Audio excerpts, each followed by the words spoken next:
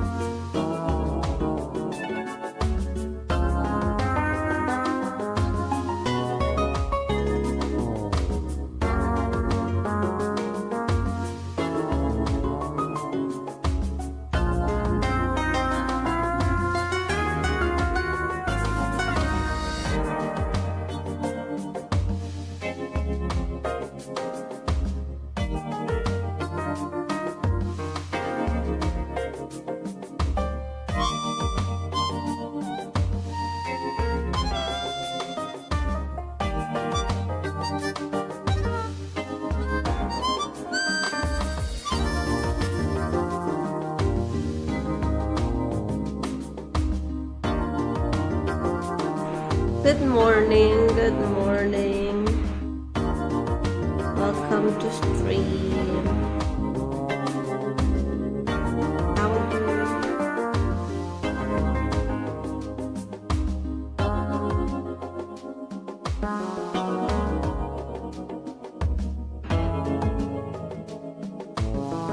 Just putting all of the colors in.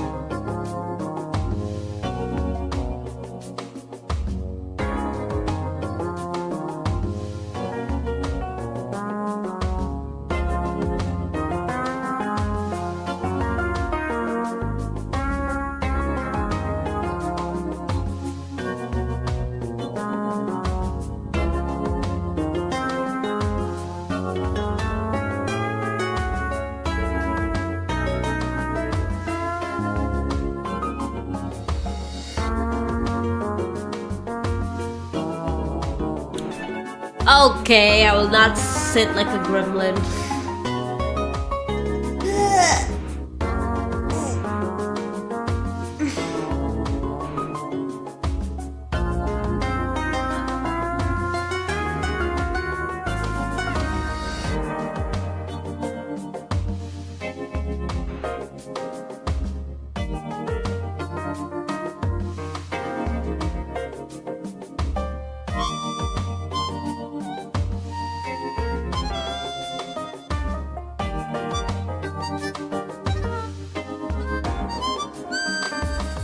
Gamer posture. Lock in, chat, lock in.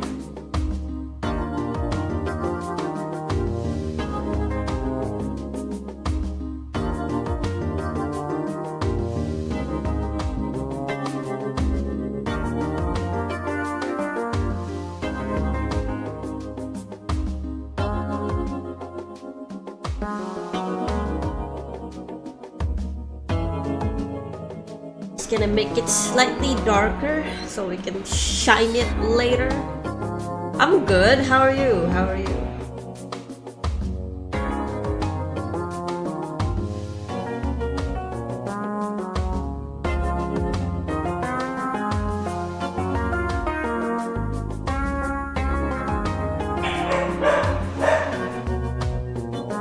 Don't mind my dog is going crazy.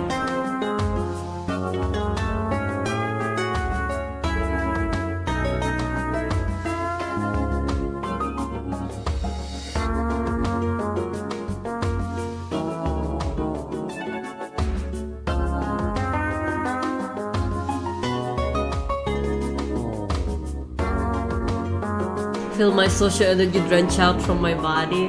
Not gonna lie, dude, same. But I think it's mostly because it's still very, I won't say it's early for me. It's just that I just woke up and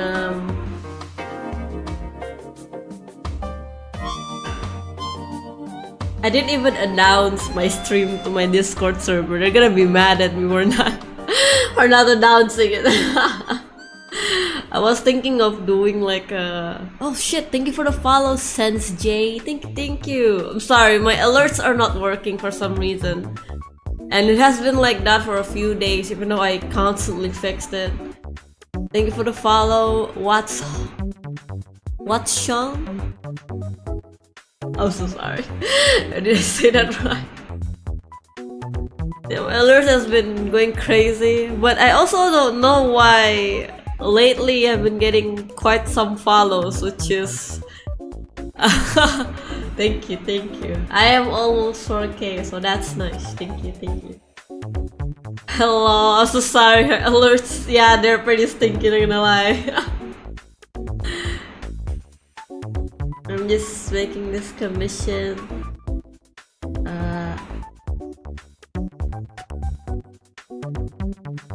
Slowly but surely.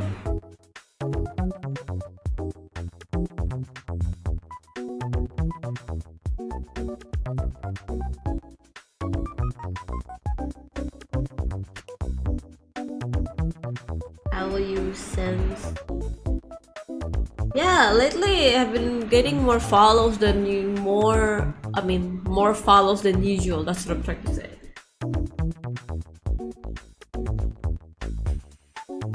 maybe Twitch recommendation have been doing very well.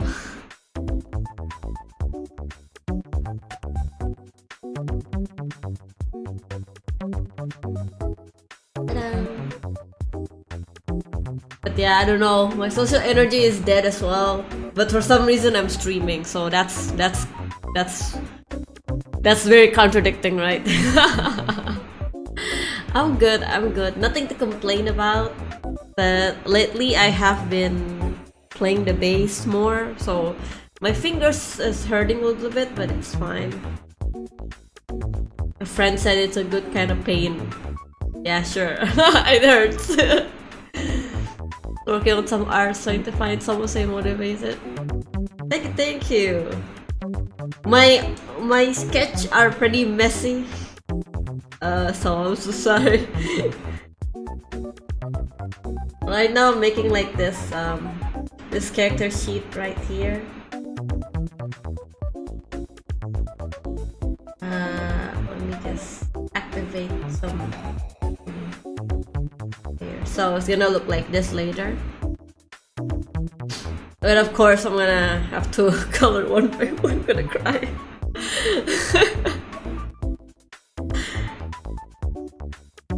Honestly, no.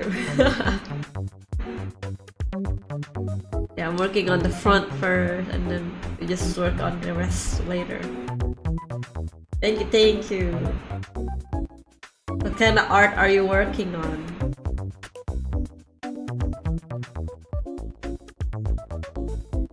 An illustration or a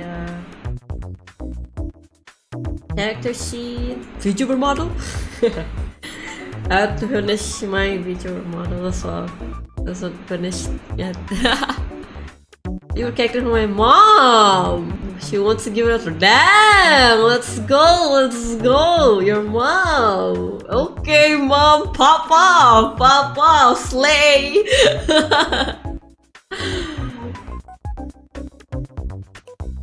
Yeah, it is pretty hard to make a video model on your own, right? But there's like a lot of tutorials on it. They're making it very easy. They're making it look like it's very easy, but there's this mindset that I try to have when I try something new, is that it's never that easy. Because I think it's like, you know what? I can pull that off, you know? I'm gonna get very disappointed later on to find that dang, I have to put 100 hours on this, god dang it. Not 100 hours.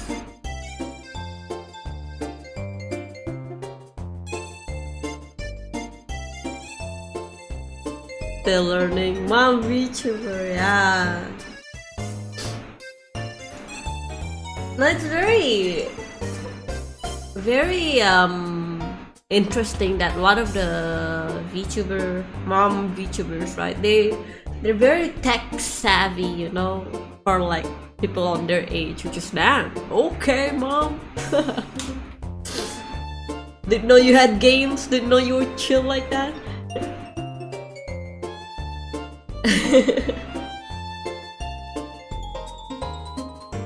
I mean, I know the kids are helping, but like, if you are like, what's called again? You just usually have this thing about parents that are like, dad, they can't even look at their phone. Like, if they look at their phone, you know, their phone is like they would stretch out their arm and then they would like do this with their eyes. Oh, what is this? I can't see. What is this? What is it saying? Huh? Wait, they're putting their glasses like this, you know? Oh shit. Oh, I thought I just killed my stream. She does, yeah, you know what I mean, right? Right? They would put on their glasses like this. Oh, wait, where's my glasses? Oh, no, that's not the glasses! Oh my god, that's a gun! That's a whole ass gun! There you go. Okay, they'll put on their glasses. Oh shit, I can see, what does it say? The letters are so small. Oh my god. Check my eyes to the doctor or something.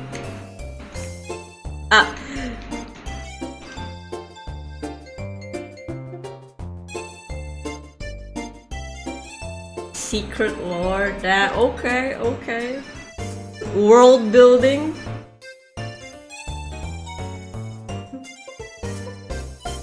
But yeah, when I designed my character, this wasn't the final design. The one that you're seeing was it actually isn't designed by me.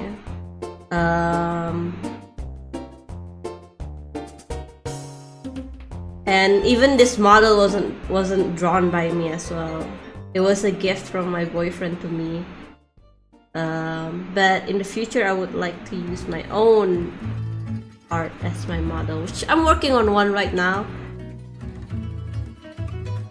But I got a commission. I'm broke. I need money, so I have to work on this first.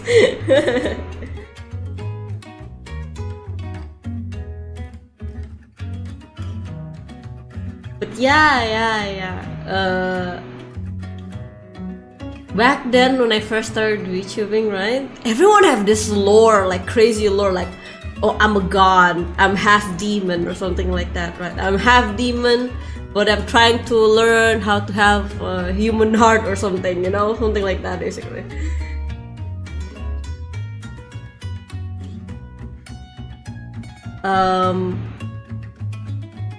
Oh, your mom is watching too. Hello, mom. Hello, Zen's J's mom. Yeah, but I just draw this anime girl, purple hair, red eyes, you know, wearing a sailor uniform, and I'm like, shit. I got no lore. I was just me. Ah, shit. Okay, come up with one. Robot. Robot. and then it now fully developed into this. Back then I was like, that's generic. I prefer a VTuber that's a French.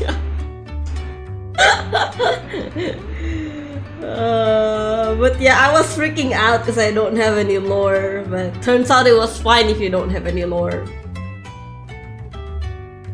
Turns out you just kinda just have fun, you know.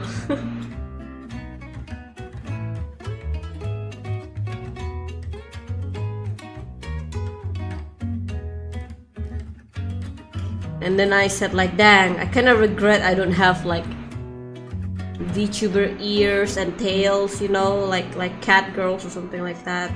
But I like foxes, so like I wanna be a fox.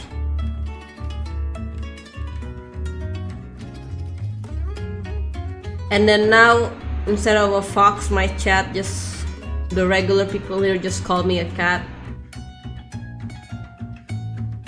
And Portuguese for some reason. I'm Indonesian. I'm not even the slightest I have a Portuguese blood in me.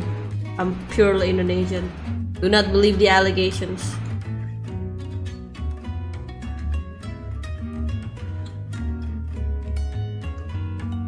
It's okay, I just debuted and I wrote my lore like the night before.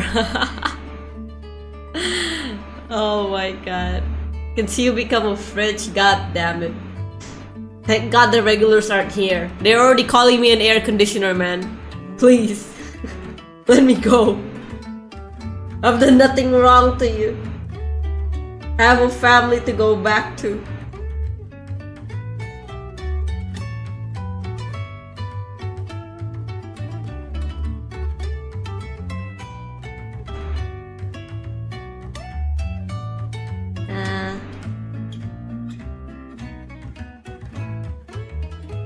Yeah, this is my first time drawing like a full-on commission character sheet. It's crazy if I think about it.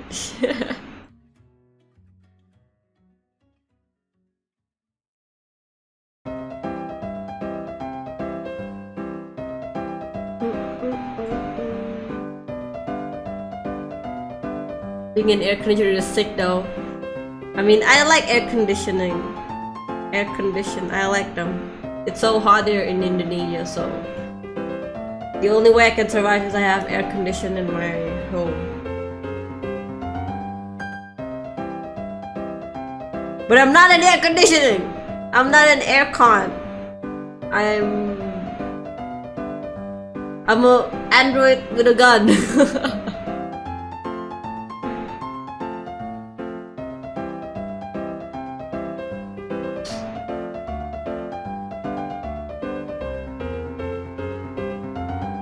I feel like this music is making fun of me when I say that. What a timing.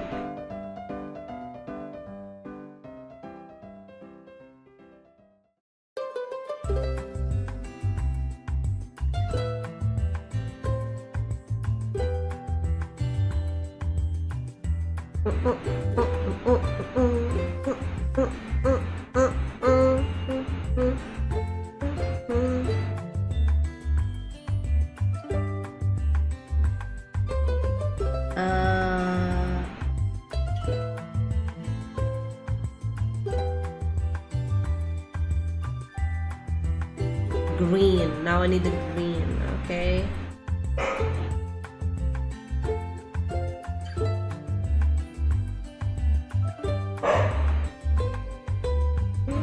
Or is it?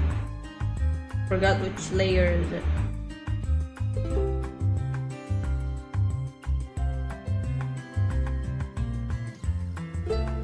Layer, this one.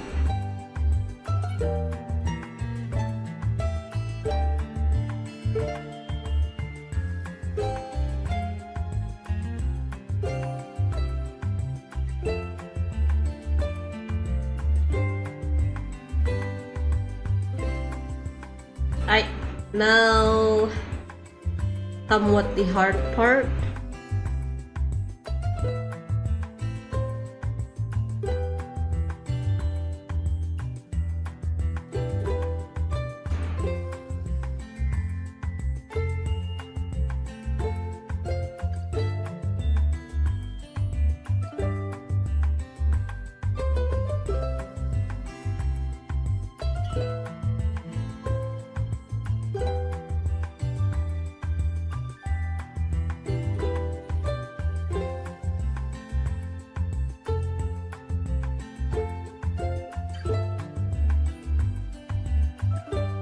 Tips for rendering. Okay, I'll show you how I render. Let's pull up an old drawing.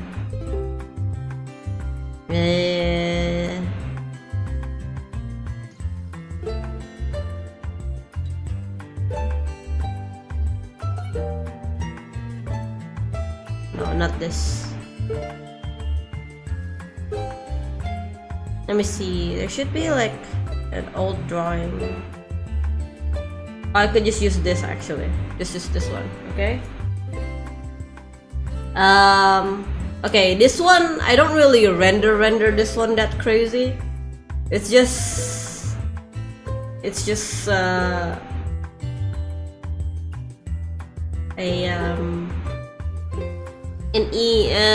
quick one, this one. But usually I would render like something like this. This is how rendered illustration would look like for me.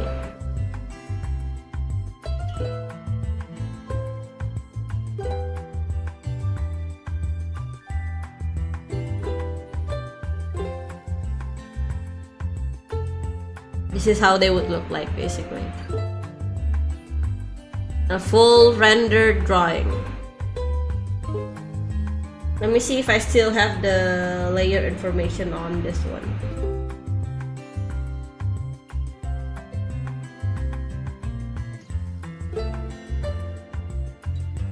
Okay, I think I still have it here. Okay, so I will show you how it went from this, right, the base color, and then it turned into this basically.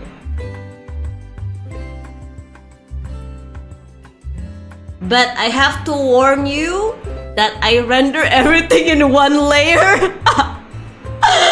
So it's a bit much for people. Soft? Is it soft? I think in here, because there's not a lot of detail, it's like the skin, right? So it's not that crazy. I didn't render the skin that much because the main focus is on the face for me. Kitchen color. Okay. If you're good with that, then I'll show you. Okay. I'll learn soft style. I don't know how to explain it, but it's not very smooth. I actually have to tell you that it's actually better to not be smooth.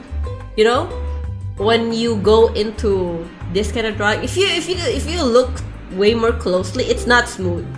Like, look at this, you know, this line right here is not smooth. This rendering here is not smooth. It's not all smooth like what you think. Look at this hair. It's like different colors. It's not blended in very nice. It's just that you have to remember, for example, if you want to post your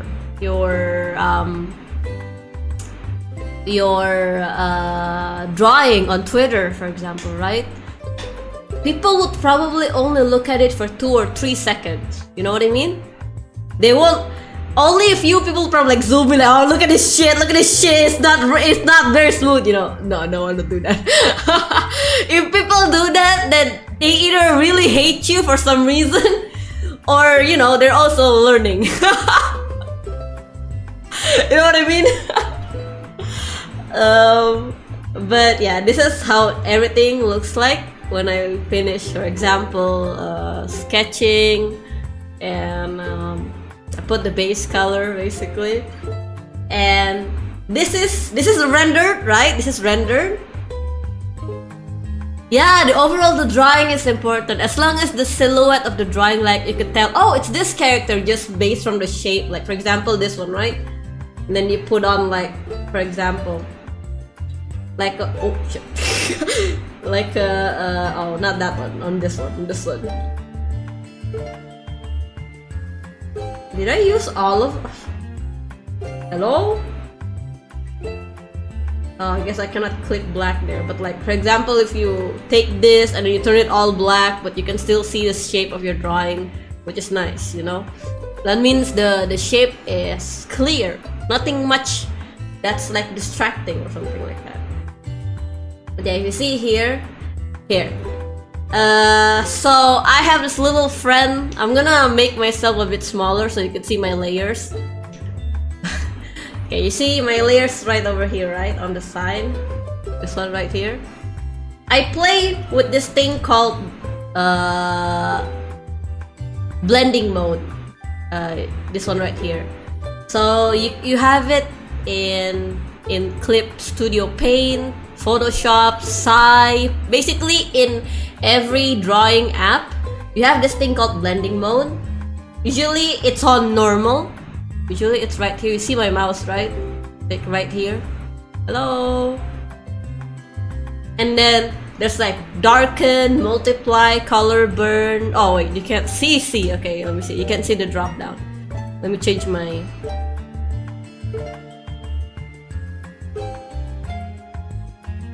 Let me make a window capture so you can see my whole screen. Because right now I'm capturing only the Clip Studio Paint and you can't see the drop down if I click on stuff.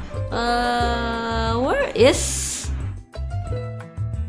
window display capture? There you go. I'll show you my actual how I see things. Oh shit! Now I'm gone.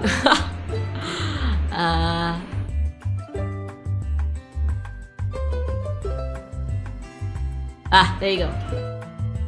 You see this thing called normal right here? I'm dumb. There you go. There's this normal right here. You can see this drop down, right? See the drop down. There's normal, darken, multiply, color burn, linear burn. Yeah, see this? You see this little... You can't see much right now because I put it on normal. But like if I just change this blending mode to, like, for example, multiply, it becomes darker. Color burn, linear burn. No, now it's lighter. Basically, that's what this blending mode do. You know, it just plays with your colors basically that you put in. But I'll show you the step 1. I would say I'll turn off all of my crazy layers. I did say I put everything on one layer, but to get to that one layer I use a lot actually. I just put everything all together in one layer later. So base color, I put my my line art on like dark brown, you know. Yeah, I am merging layer. I don't render immediately. I mean, I could, but I like the blending mode so much, so I can't leave it. You see it right here, right? It's like dark brown. And I put it on multiply. This is my... If I put it on normal, it would look like this. This is my normal... This is my normal line art, but then I put it on multiply layer. I change the blending mode to multiply right here. You can open your, for example, Photoshop or maybe Sai, and try to find this little thing above your layer. It's called, it's just normal right here. But you see that there's a name right there, blending mode, on top of my mouse, right? It's called blending mode, but it should be on normal all the time.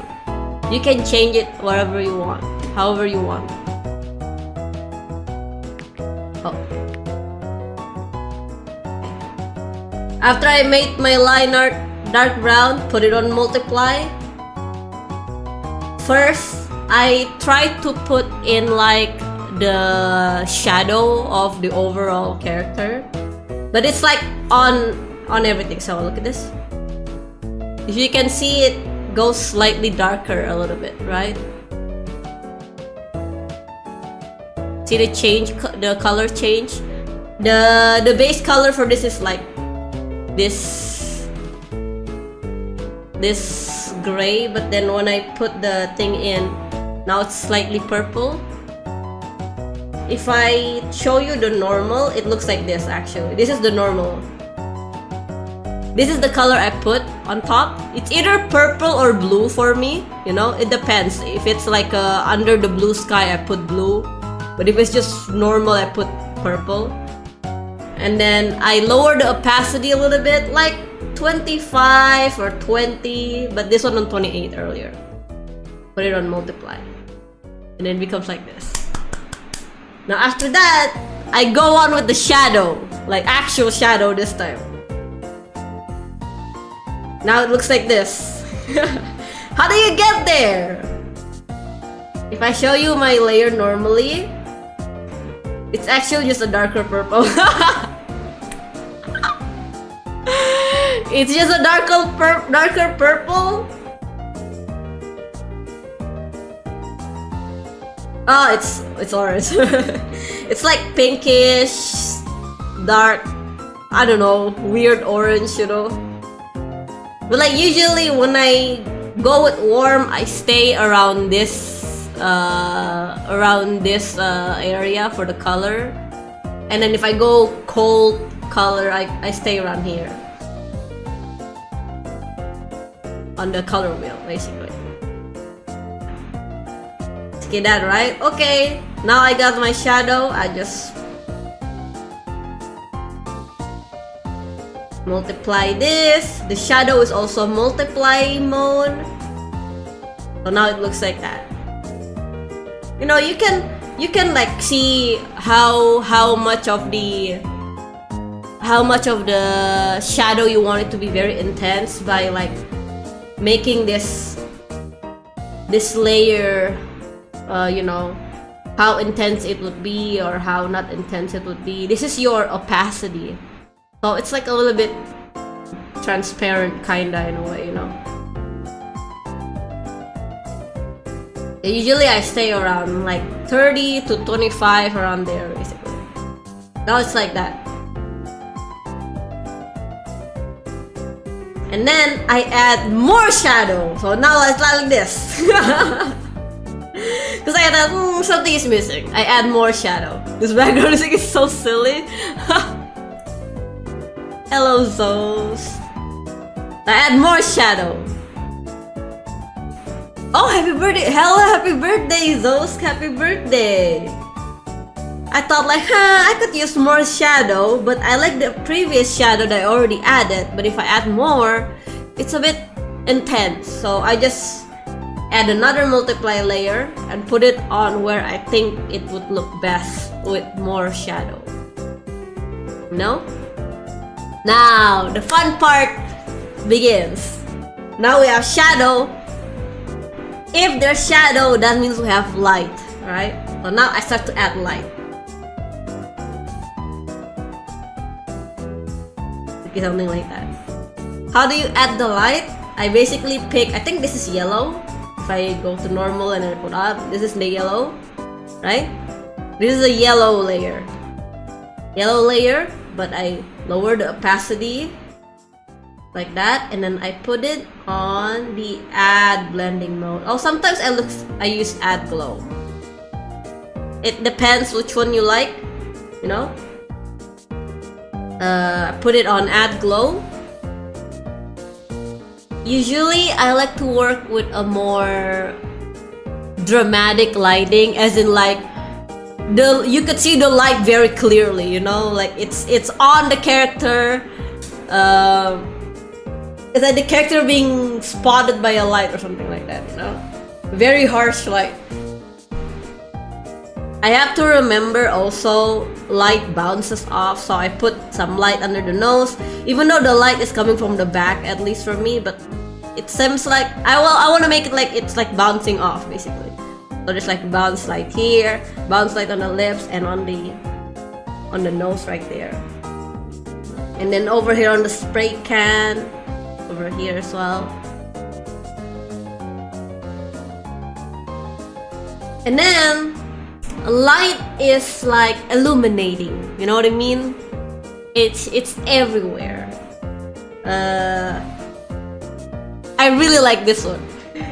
So what I do is I'm just gonna show you manually, right? For example, I take like a peach color. I get a soft brush, right? I get a soft brush, and then I would put this layer, this new layer, on overlay mode. Overlay, remember? Overlay. This is what's gonna make it different. And then I just look at the difference. Oh my god! Now the light is like orangey, you know, and then it looks. I put where the light is hitting them, you know.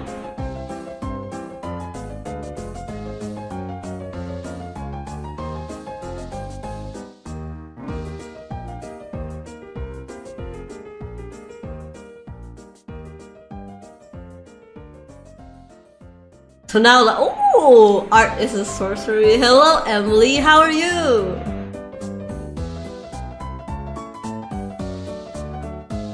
So, how are you? How are you planning to celebrate your birthday? Overlay. I have been well. I have been well. I'm telling people how I render my drawings, basically. You see this? You see this magic right here? This is pure magic, dude. So you go peach color, overlay mode, get the soft brush, and then start putting it on the part that got hit by the light. Pure magic. But yeah, that's how I did that's how I pop out the light, basically. And you can lower the opacity how much you like, basically, but usually I have it right here at 84 right now.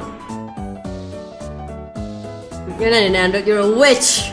Witch!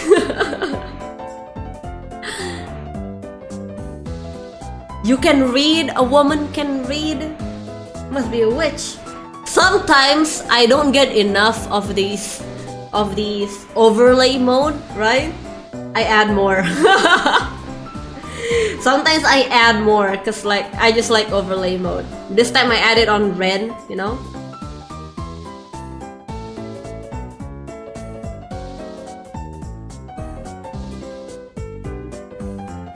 But yeah, overlay. And after that, I don't know why I add. Oh, okay. So usually when I want the viewers to look at the face, right? The face is the the main attraction, the tourist attraction. But this part right here is a bit too distracting for me. Like the color is so deep over here, so I add like a little white down there. It's like it's like fade out a little bit, you know. So now it's pointing towards the face more, basically. Just a simple white down there, you know. And then there you go. Oh, not yet. not done yet. Okay. So what I do, right? I get this thing called, if I right-click my layer, there's this thing called new correction layer, and then there's this thing called gradient map down here. If I just click that, it changes the whole drawing into this, basically. You can change the mood of the drawing, you know, based on how you want it to be. Or I could change to just some effect, something like that.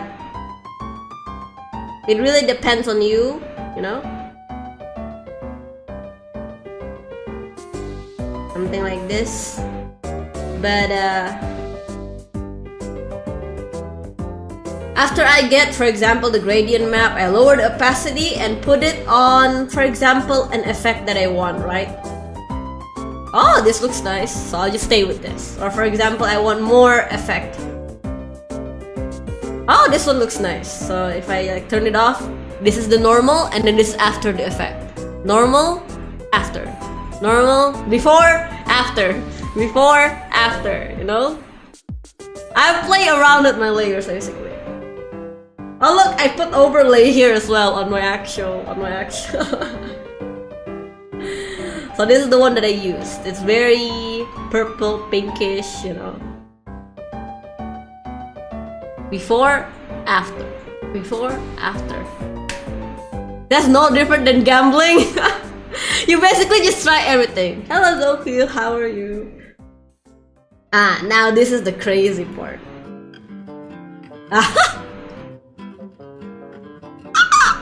Okay, it looks crazy. It looks crazy, right? It looks crazy right now, but I'll show you how.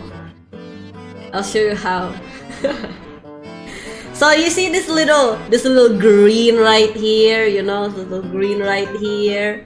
This weird purple, and then now there's pink up here, you know, and then this little weird blue inside the purple. I didn't add that. I didn't add that manually. It's all added by the thing. Oh, why is it green in here so suddenly? You know?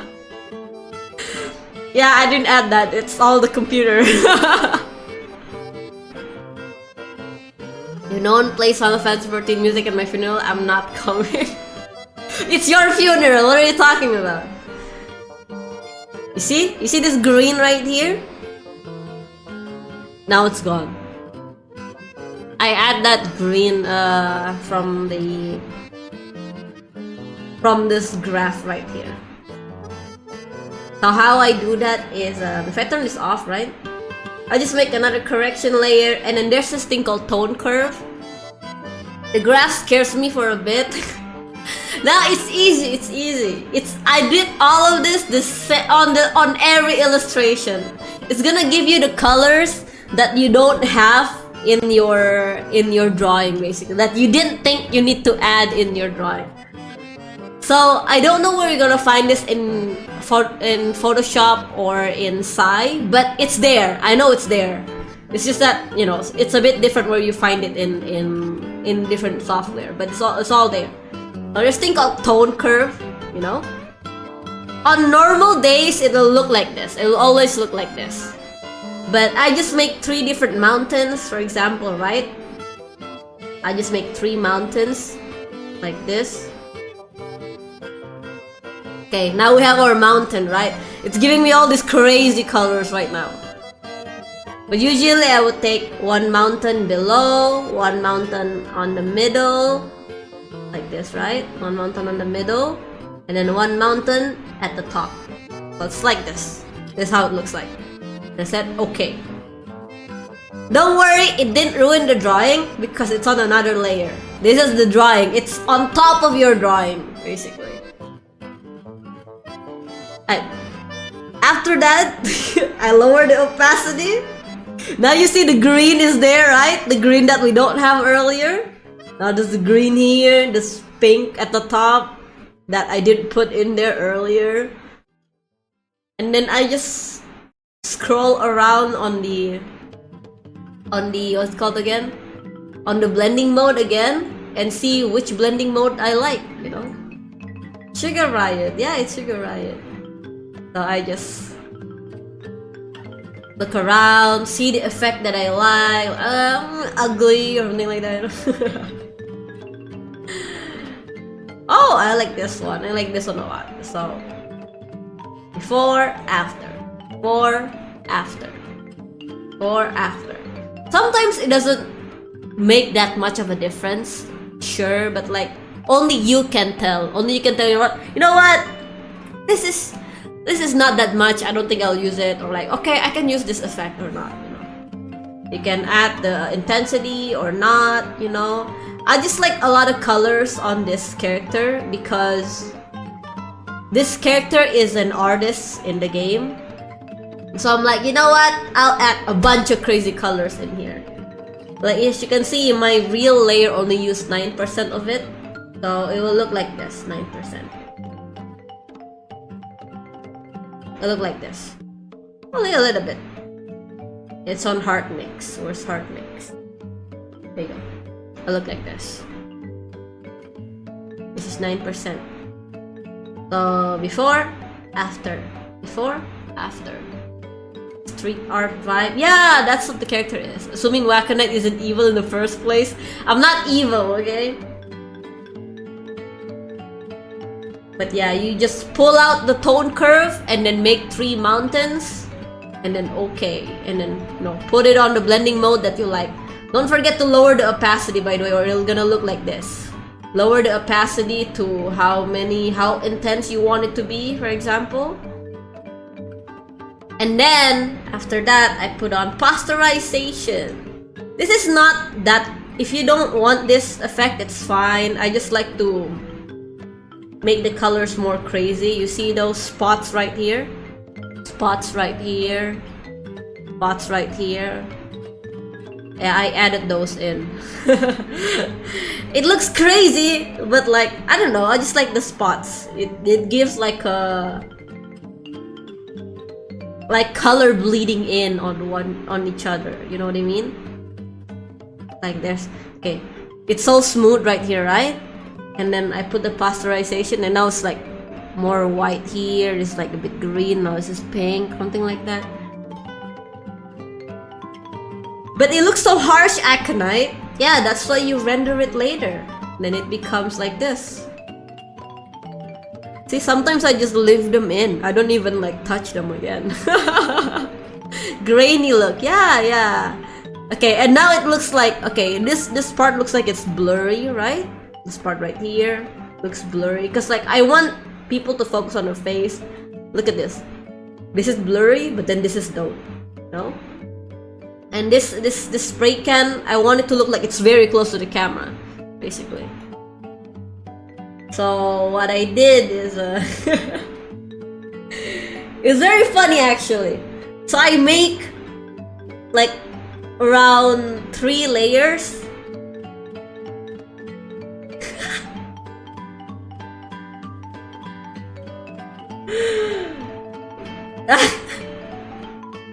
So basically, I got the real drawing, right? The real drawing is here. It's not blurry or at all, you know? And then I just take 3 layers. I copy this layer, right? Everything is in 1 layer right now. It's in 1 layer.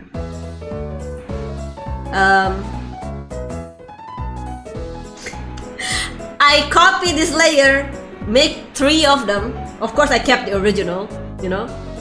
And then I blur everything. For example, this is where it's gonna focus, right? This is the focus layer. So it's not blurry at all. It's still like that. And then I copied the other layer and then make it slightly blurry, basically. You see this? It's blurry, right? And then this one, really blurry, right here, basically. I'll show you how I do it. So 1, 2, 3, right? Turn off the original one. Make this one really blurry.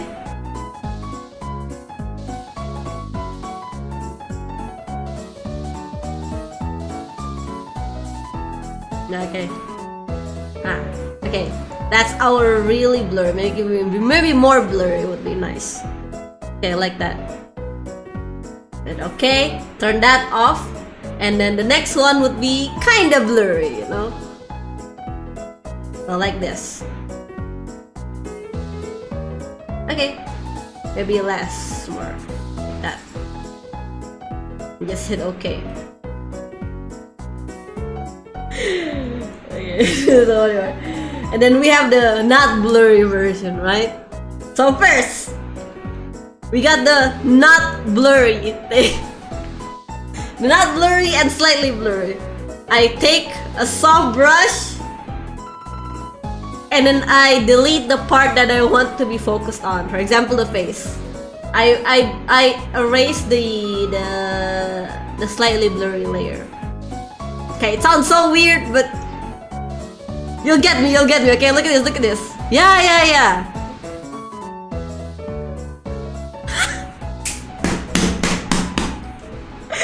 It worked.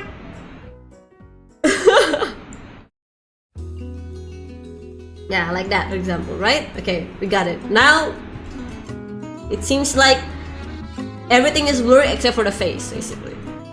Actually, big brain move, ayo. Yeah, cause sometimes I don't get the thing. Hello, Abby. I don't get the blurry effect that I want. Like, yeah, it's all blurry, but then it's too blurry. But you can look here, right? It still looks somewhat focused over here. It's not like blurry. You want it to look like this, you know, like kind of this blurry, you know. But because this is the edge of this is still very. This edge below the slightly blurry layer is still on, you know. So what I do is I go to the focus layer, the one below, the one that we didn't erase over here, right? And I take the soft eraser again, and then I go.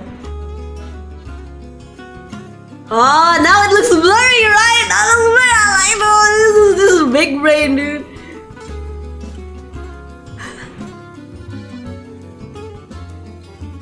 For example, this hair right here. Ah! Basically the edges, you know?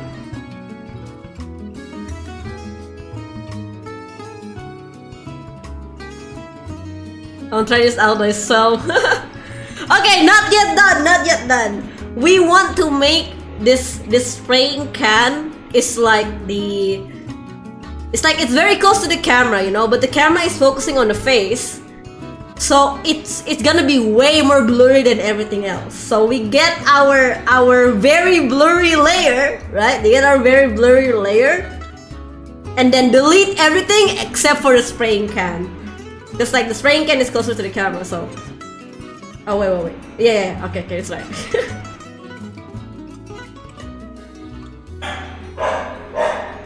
Oh, that's my drums.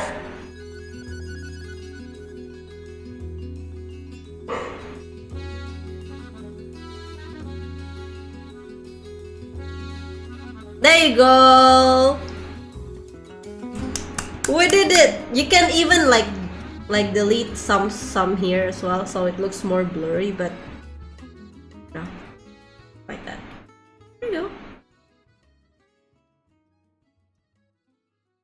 Now we have our own. This is the finished product basically, and then I just add the background more so that it looks. It's not just like it's not just like some picture on a white background, right? So I just add random shit basically. Because the character is an artist, right? You know what? It would be cool to add all crazy colors in here. So I just add crazy colors. I like this tiny little scribbles like this. Well, I add them, because like, why not?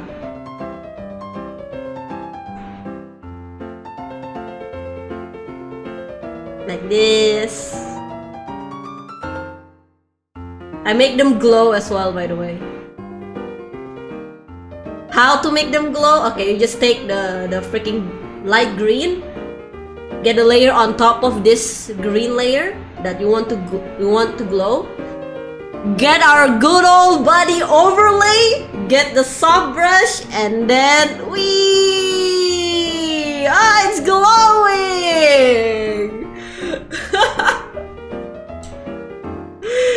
Our body overlay layer! Overlay layer is so nice, dude!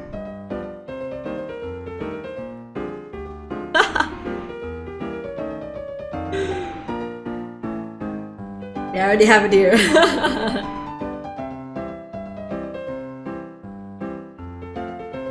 Oh, that's my signature. Okay. Now we get some at the back as well, I think. Like that. The green at the back as well. So now I just put here and here so that everything would focus here. Because like this is already blurry, right? I don't want to add anything here. So now the focus part is only on this part, basically. I'm being fed by knowledge. I'm not an air conditioner. Not done yet. We're not done yet, guys. Actually, it would look more like this. This is what I turned off. You see this 2-layer? I turned this 2-layer off. What do you mean, Akane? You just make them slightly darker. What I did is actually just add some contrast into it. So, we get ourselves this. So you see, this is a grain, right? You see this thing? It's like noise, basically. What I did is you get a like light gray, like that, right? Light gray layer. Can be darker as well. It's up to you. As long as it's not really dark, like this. Maybe just around here, like that, right? Lower the opacity to like 15 to 10, around that. You get our body filter. I don't know where you find this in Photoshop or Sai, but it's there as well. And you go to render. But this is after you render everything, right? This is after you smooth out, or like after you kind of, you know, clean up your sketches or something like that in one layer. And then you already did the blurry thing, the background, everything is done basically. So now we add a little kick. So you get this this light gray layer, clip it on everything. Go to filter, render, Perlin noise. And then what I do is I go pull up the scale to. Wait, I forgot what I do actually. What did I do?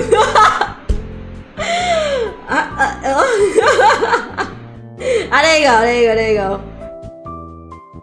Yeah, pull the scale to the very left, basically. Or like this is fine. See this? Like that. Maybe slightly like that, so you can see it more. I just press OK. Not gonna lie, sometimes I forgot this step in my drawing. Like, I don't know if I did it here. Okay, I did it here as well.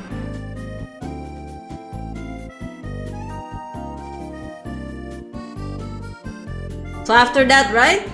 I go to blending mode and just multiply this. Now it looks like that. You go in, there's the grain. I like the grain effect. So this is a bit of a personal taste, you know. So when you say, oh, it's so soft, your style is so soft, it's not. It's not at all. You just don't zoom in. Okay, you got the grain effect. Now it's a little, but Aconite, now it looks a little dull. I killed the color, you know. This is so vibrant, and then I add gray on top of it. Now it's all way darker, you know. What should I do? I don't want it darker, but I like the grain. What do I do? This is our good old buddy tone curve came in here. So what I do is that I add contrast. I basically add contrast. So it should look like this at first when you. So you add the tone curve again, right? Bring out this curve again. You add 1, 2, 3 point like that, and then usually the default preset would be the bottom one would go down and the top one would go up. That would be the default preset, but this is like too much, right? A lot of the color that you did on the black, now you can't see it. So this is where you play around. You're gonna play maybe like this or like this, you know. You just play around with it, play around with the color, you know. Who knows which one you want, you know. Yeah, basically like that. Now I did mine like this. Not much, but I like this. I don't want to change anything. And now we're done! Bachi bachi! Don't forget to put your signature there and then post it on social media. Easy. This one takes me a while, I think like, well, I would say like 2-3 days, but I don't really draw for like 48 hours, you know what I mean?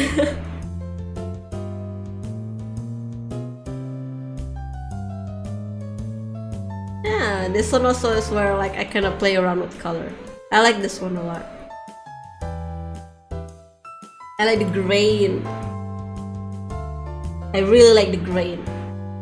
I'm gonna lock in to draw. Yep. Go. Lock yourself in. Well, this one is different. I just did a quick sketch on this one. Yeah, but basically there's this thing called blending mode. Use it. That's all my tip. For shadow, add multiply blending mode. For light, you get the add or add glow blending mode, and then top it off with the good old buddy overlay mode with the soft brush, of course. And now we're back on this. I got distracted for a little bit.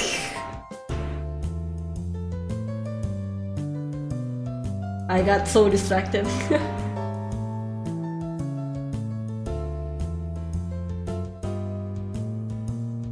Yeah, that's how I draw basically.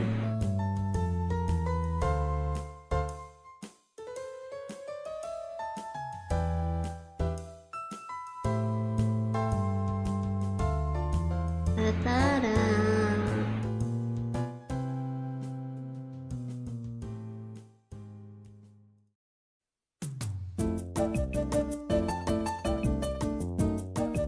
Ta-ta-ta-ta-ta.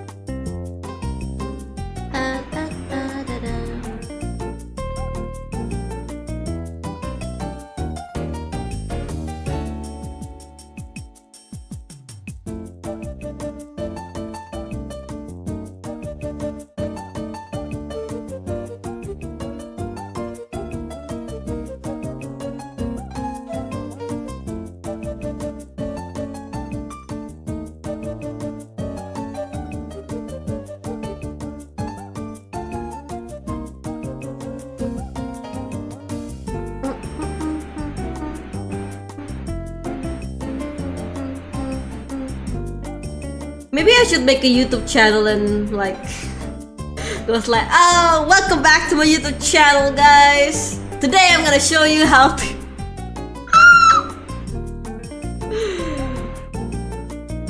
crazy. Okay, I need to change the tail later on.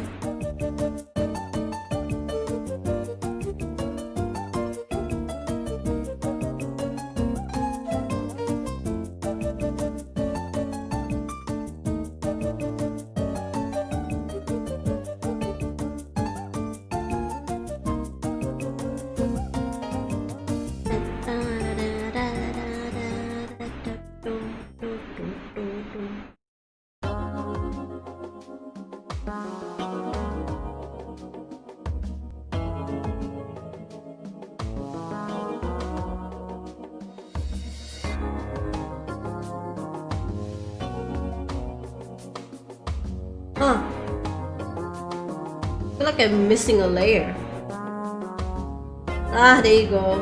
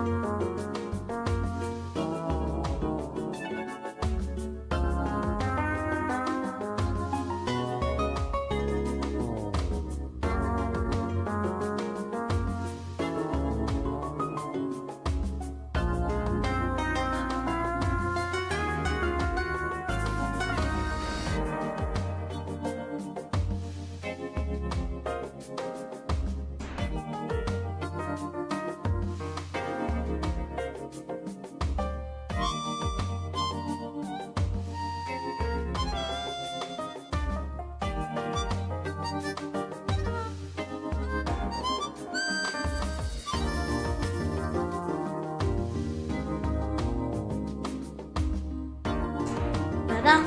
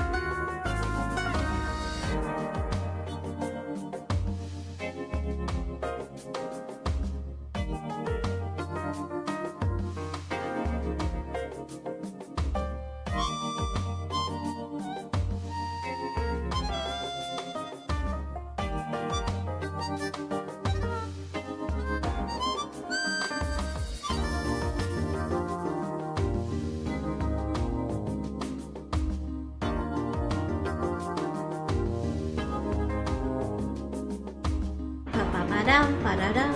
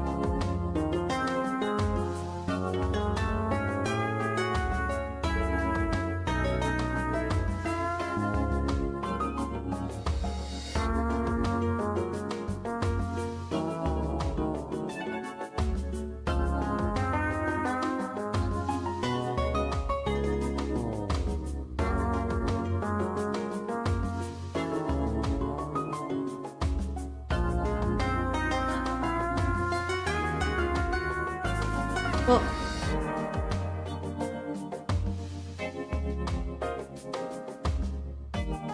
Hello, Elia. Oh shit, thank you for the follow, Angel V. Oh my god, my alerts is not working. I can't see when people are following me. I'm so sorry. Hello, how are you?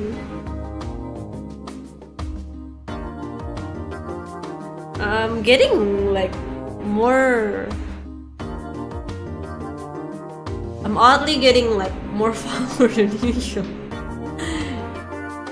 I'm good. I'm good. I say you're doing good. I say you're doing good.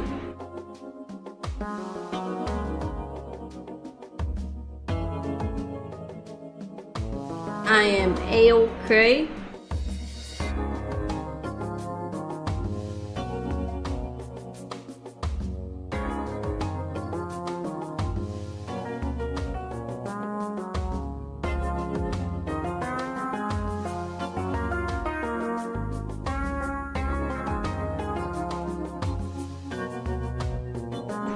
Welcome to Strem. Welcome, welcome.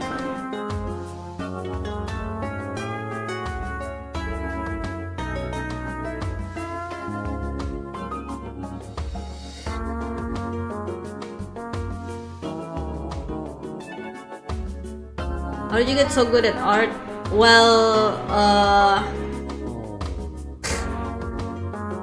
I would say it is contributed to. Actually, I can't really pinpoint why or how. And if I say classes practice, okay.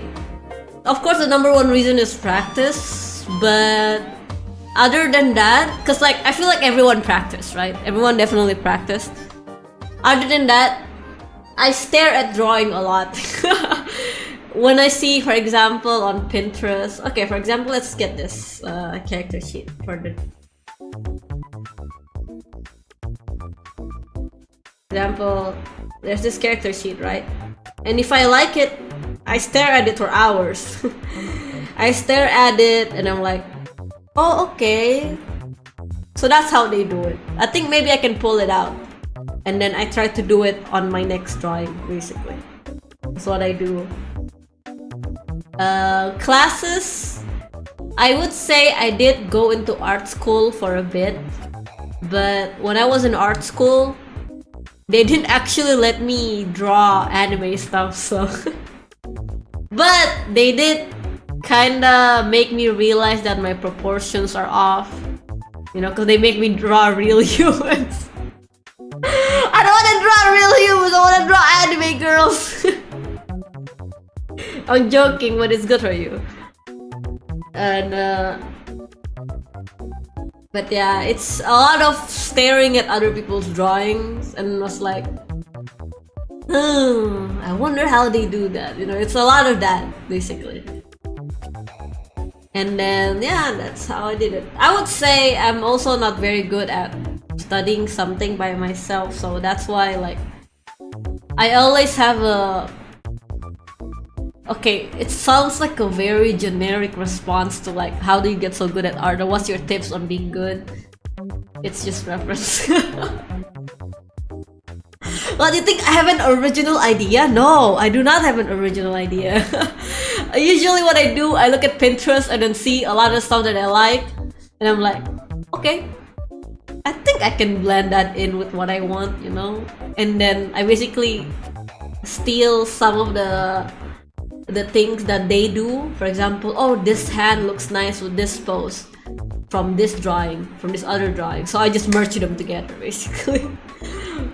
Because you know, I'm not really good at proportions, so I'm like, I have to keep it up with references, basically. Of course, it'd be nice if I can draw without reference, but like, no, that's a bit unrealistic. Even for someone that have been drawing for like really long time. I would say I have been drawing for a really long time, but that's mostly because I'm old. Not because I draw every single time. Yeah, that's basically how you get good at art. You just wonder, you know, how do they do it, you know? Maybe I can steal their way and then put it on my drawing. A lot of that.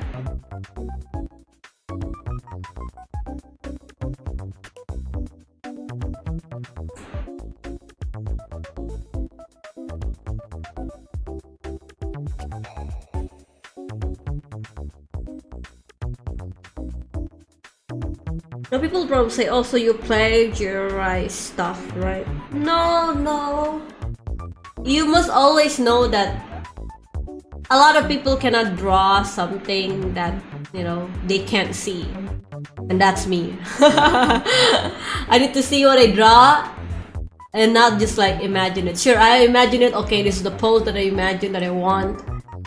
But I still need like a model in front of me, and I was like, oh, okay, this is close enough to what I want, so I must steal that from the reference and then put it on my drawing, basically.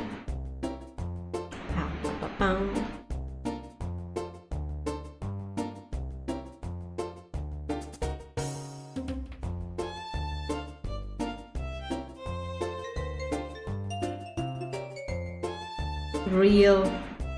Oh, you think people on the internet are original?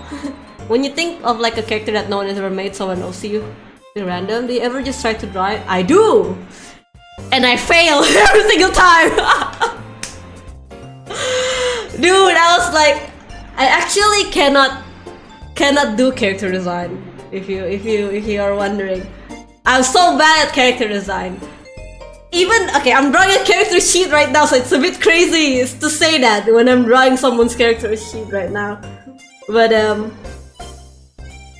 the only reason I can do this one is because the client also is very clear with what they want. Oh, can you just do a little bit of this, a little bit of that, you know? Oh, okay, how about this? Oh, maybe something different. Okay, how about this then?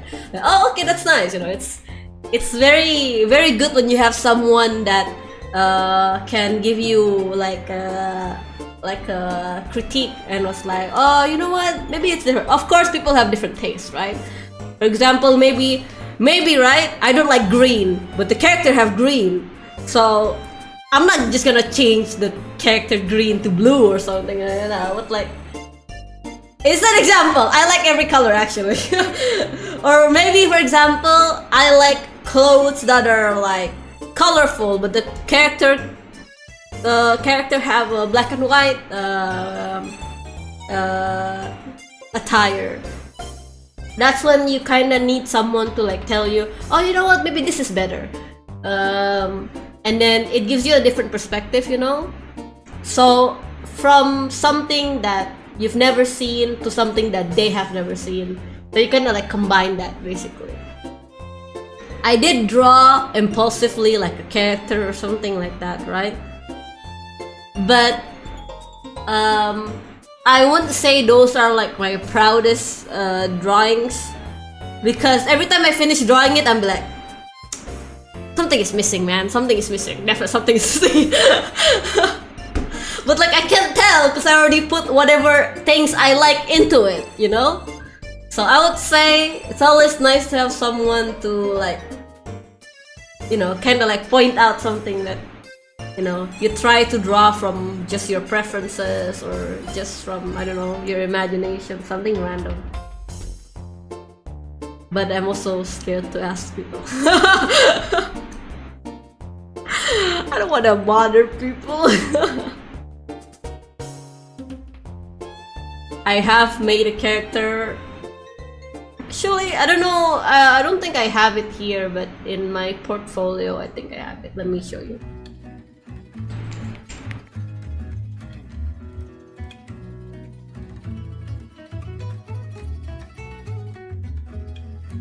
Let me see. It's supposed to be here.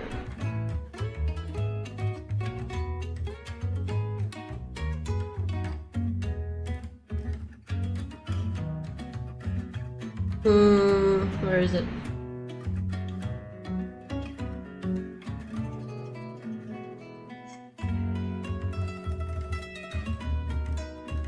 Oh, it's on here actually. Damn, must have been that long.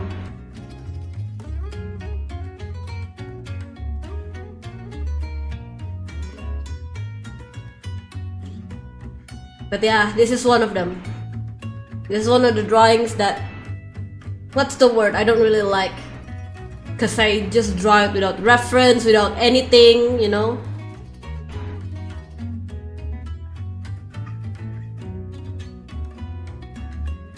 See, I hate this.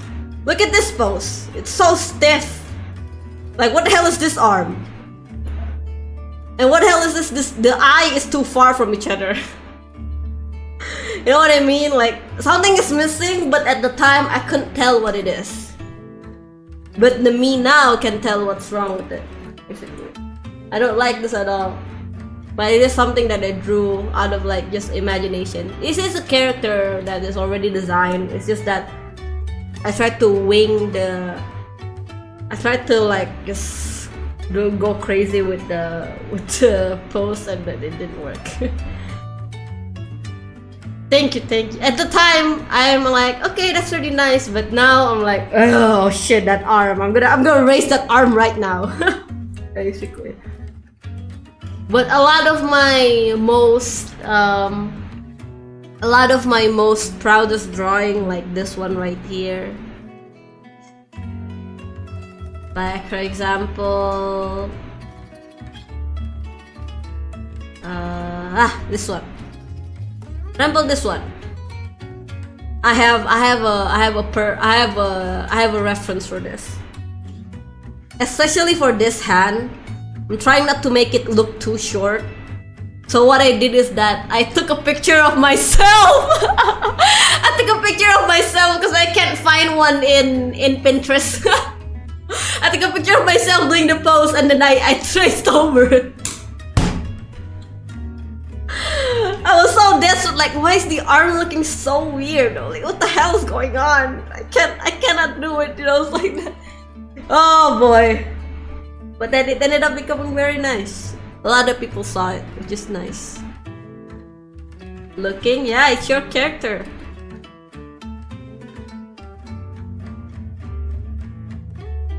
Very crazy that I say I don't know how to design character while I'm doing someone's character design.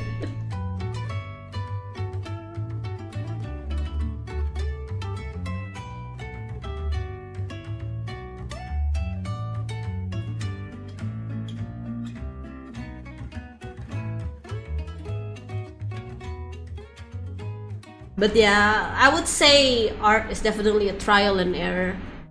Maybe the you now can't see it, you know. But in the future, you would cringe at your own drawing, and then you will see it. But that means that's good, right? That means you're growing and all that stuff.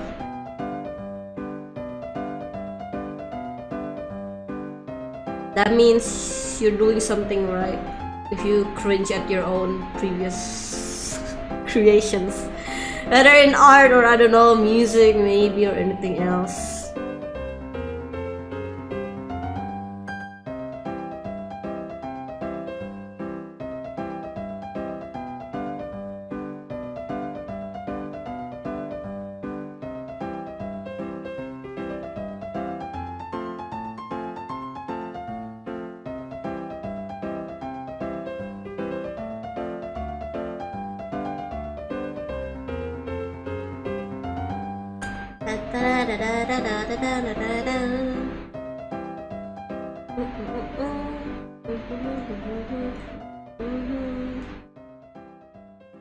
Whoa, I was just asking since I wrote the story I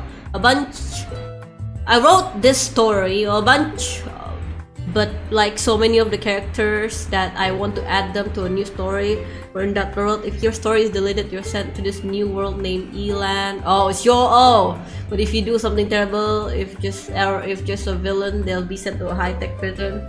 Hold a bunch of these characters, which I try to make them not look human since a bunch of them aren't. Like, it needs art so they can tell. It's okay. I think when you want to, for example, create a monster, maybe the monster is like either the monster is like, for example, like dinosaur or something like that, right? We've never seen dinosaur, so how do people know dinosaur looks like that? You know what I mean? Or we never seen a kraken before. How do people know kraken actually is shaped like an octopus? You know what I mean? Or maybe the character is like mechanical, like the FNAF characters. Nah, just do it. Hello, Febriandi. Nice to see you. Nice to see you too, dude. Okay, there's this thing called just do it. You can make it good later. Yeah, it's a trend actually in Twitter. It's a trend in the VTubing space. basically they show how their character looks like first, and then they show how the character looks like now, you know. Just do it, you can make it better later on. Just like later on, okay, you know, you spend more time drawing, you spend more time writing stories, you see other people's drawing, you see other people's stories, you get inspired by them, and then, you know, you put whatever it is that inspired you from their story to your story, basically.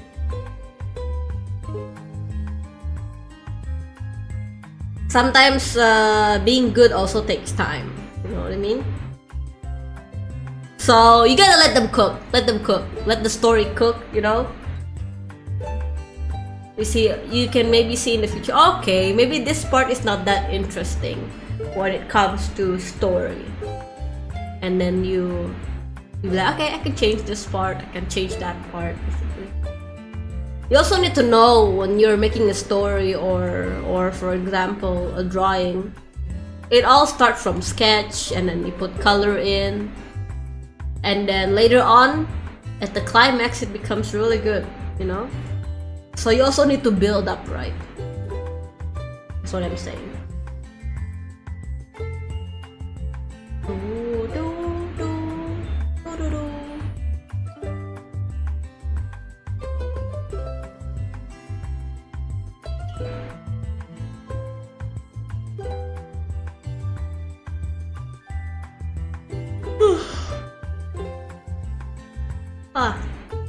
Yeah, just do it. I know it's a bit crazy coming from me as well. I have cancelled a lot of plans, a lot of drawings, because I think it doesn't look good. It's like a hypocrite saying things, but then they don't do it as well. But I understand sometimes it's kinda, you know, people are the worst critics. You know, what's the word? I cannot speak English. There's this saying like artists are really hard on themselves, because like they're their worst critics, you know. So, you know, I'll let future Aconite critique me and my drawings. How am I gonna do it now? I already think that's good. But definitely future Aconite is gonna cringe a lot. We all know she's gonna cringe.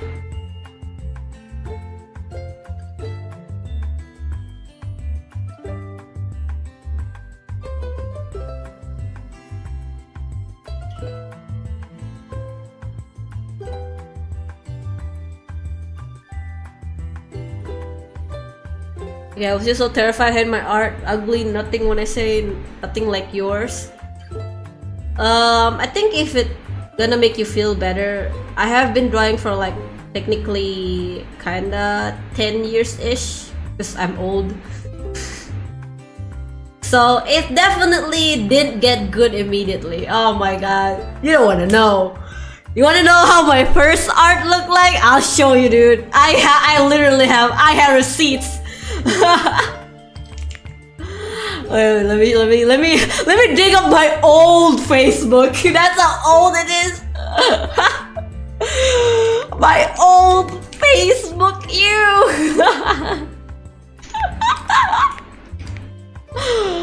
Where is it? Come on, it's definitely there.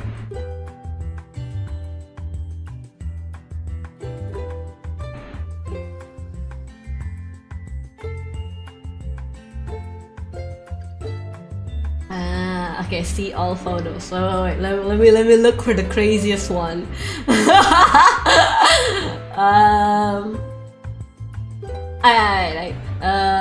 This is the first time I draw digitally, by the way.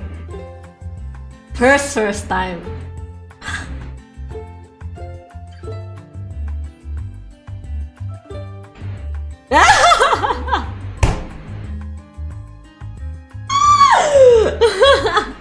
I can only draw heads.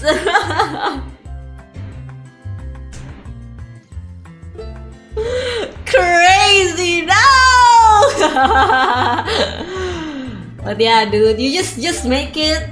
You can make it better once you get better at the thing as well, you know?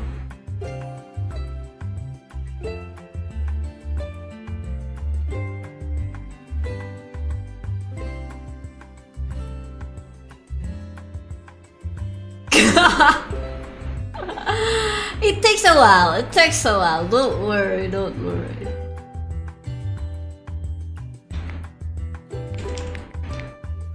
Maybe there's even an older one. Let me see. Let me see. There should be an older one. Way, way older.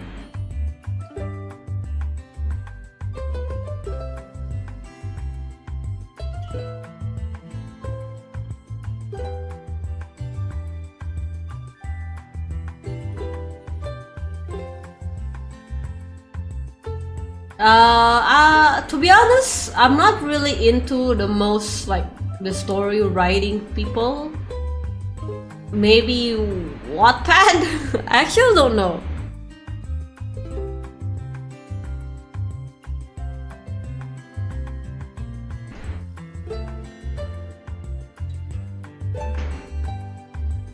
I've never been into like fan fiction, to be honest, because like it all started from there, right? Like fan fiction, you start writing your fan theory or something like that.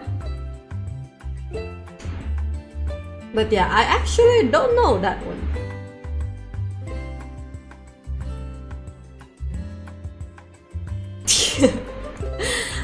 No, no, no, I'm serious. I don't know actually. I don't mind with fan fiction or something like that, but I have a friend that do those, and I think they write in Wattpad.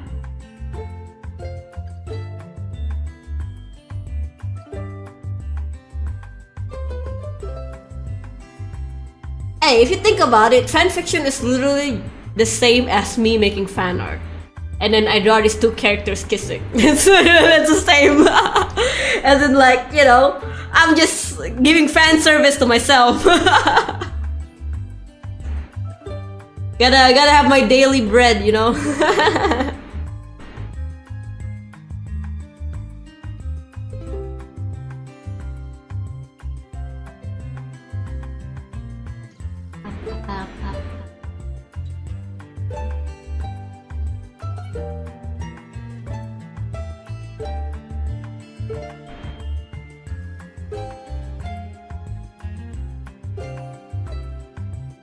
Oh my god, I found a picture of myself with an old drawing that we did in... Oh my god, what is that hair? Ew. I'm not gonna show it because like it shows like where I went to school with, who I went to school with back then. No worries, no worries.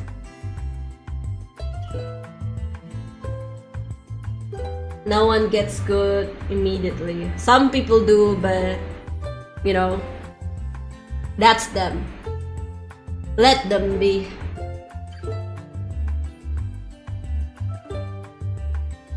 Some people do, which is crazy actually. Even I don't know how they do it.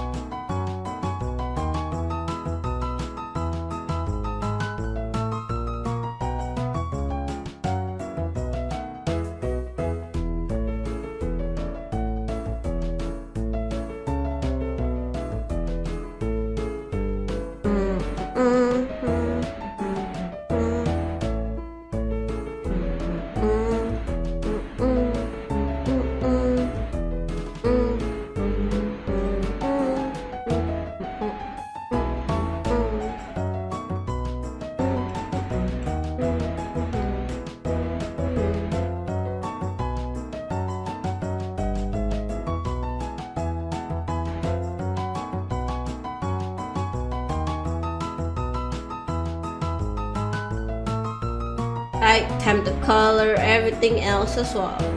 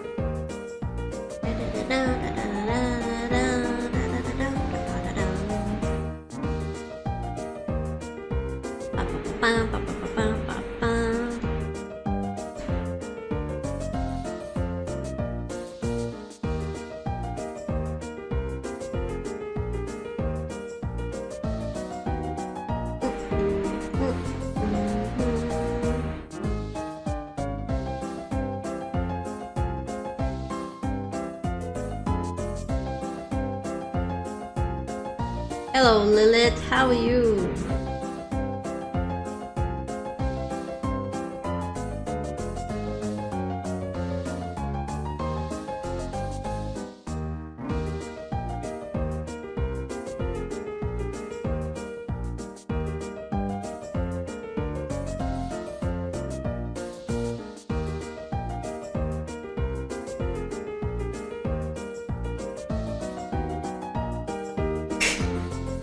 What's wrong with Aconite ID, huh?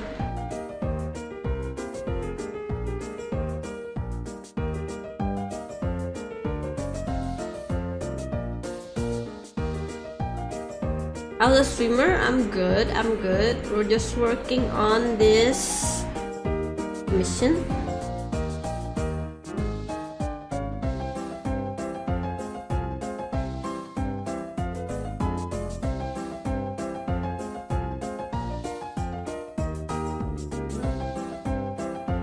Nothing, just new here. You're not new.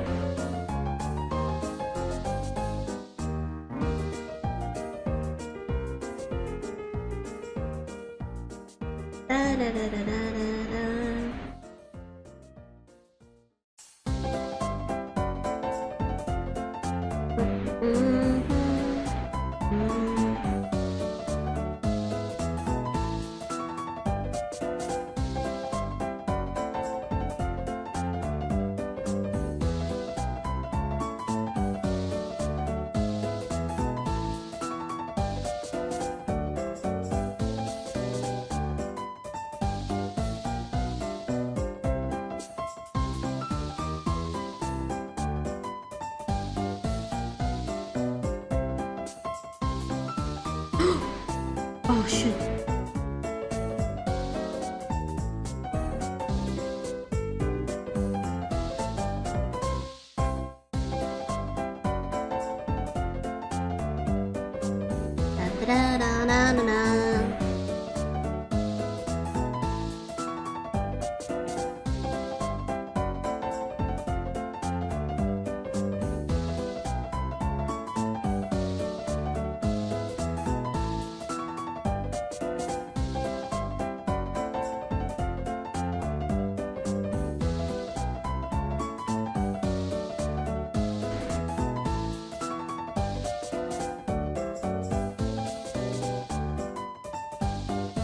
Usually I don't really listen to music like this when I'm drawing on my own.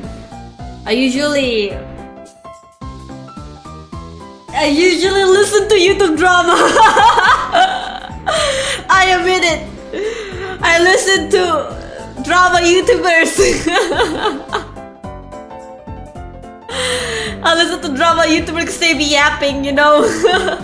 They be yapping and then I'm like, for some reason, it's just like, yeah, you know what? Yeah, just continue to yap actually. That makes me concentrate even more.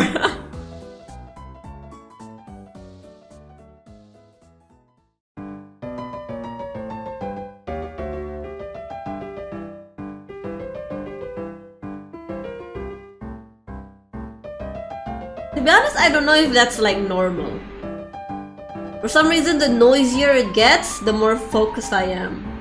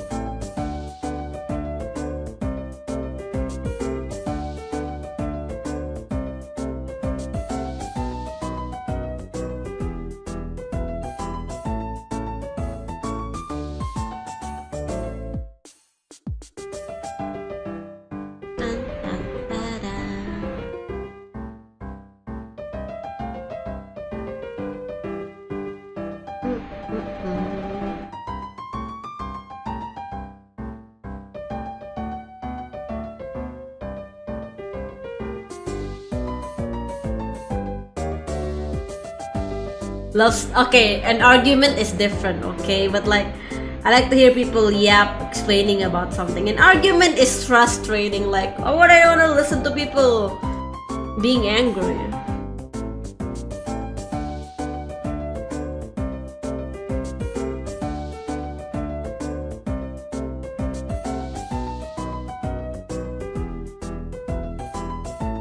It's like, haha, look at this dude, they're angry or something silly, you know what I mean? I mean, sometimes YouTube drama is a little bit too crazy, to be honest. Totally normal, then of course I'm normal.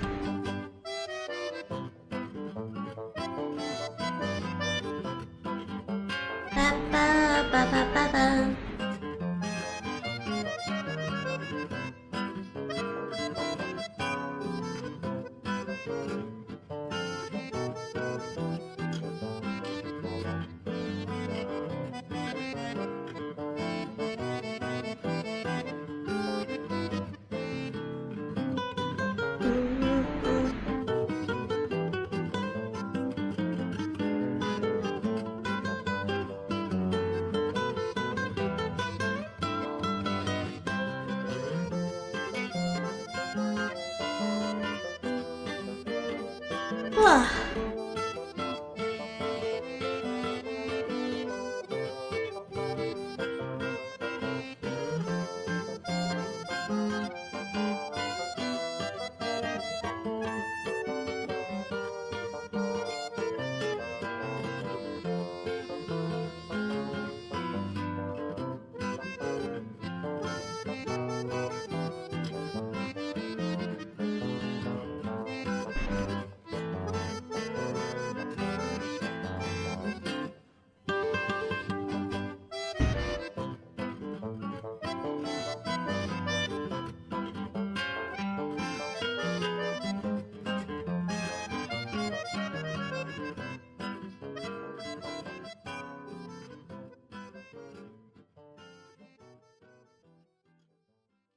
따라라라라.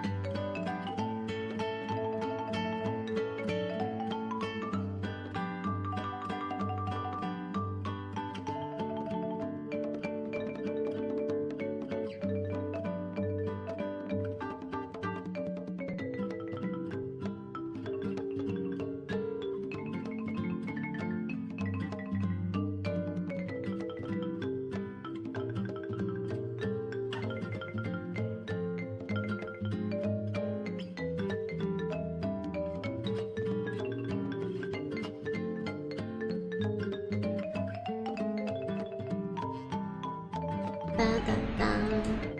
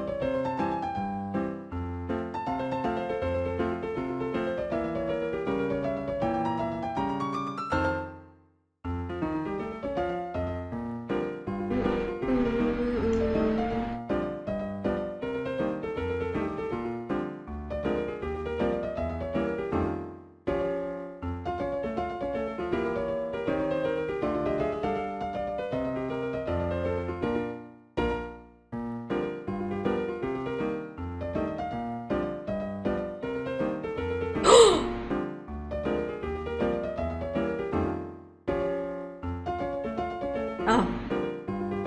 I was overreacting.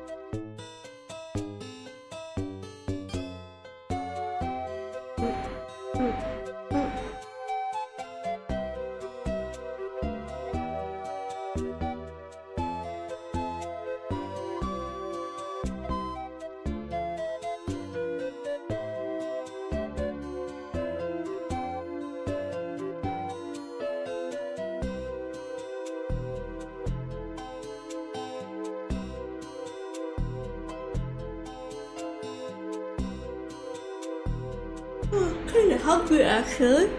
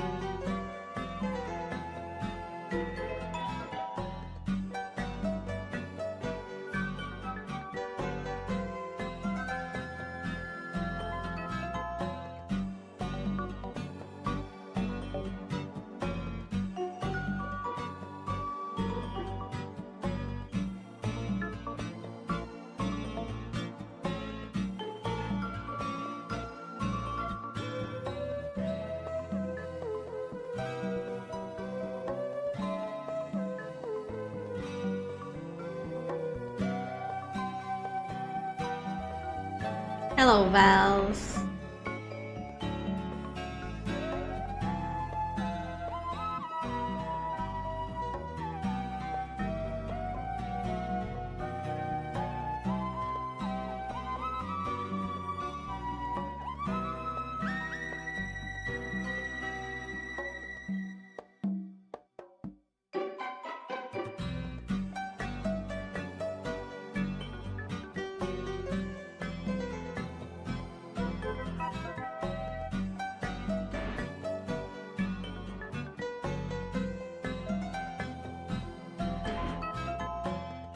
Yeah, I didn't really I didn't inform it because well, I was just working and I don't know if people want to see it, so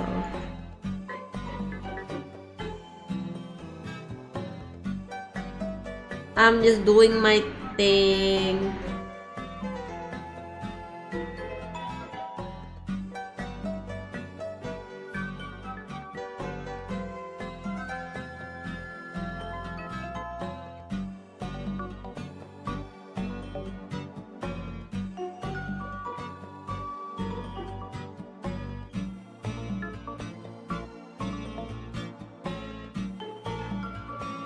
How are you, Vals?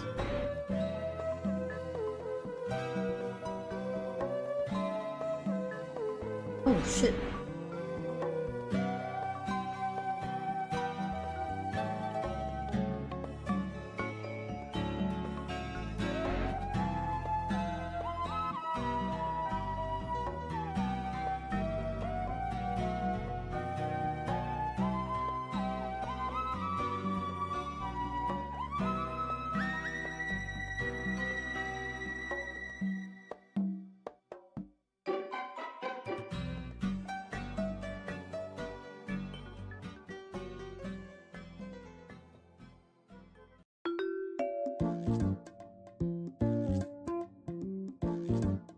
How is the apple?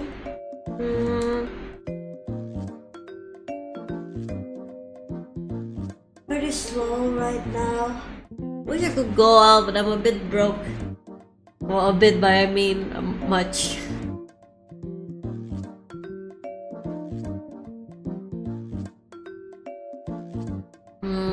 Maybe people are wondering, but why are you always broke, Echo? I thought you get paid from Twitch or commission. I do get paid actually, but I actually didn't really spend the money that much. I saved the money most of the time.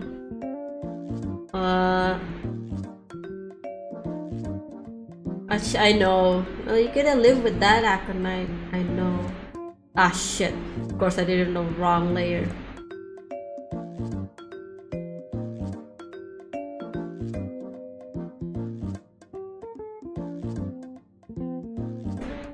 But I don't really have anything much I want, to be honest. That's why I don't really use the money that much.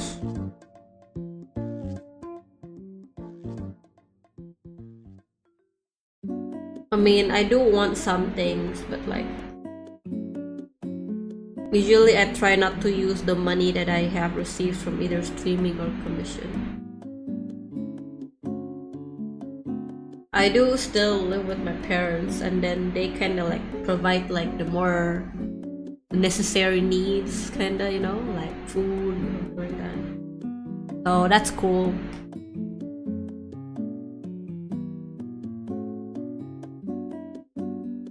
But I do wonder. I kind of want to live alone as well, but I think if I live alone, I don't think I'll be able to afford much.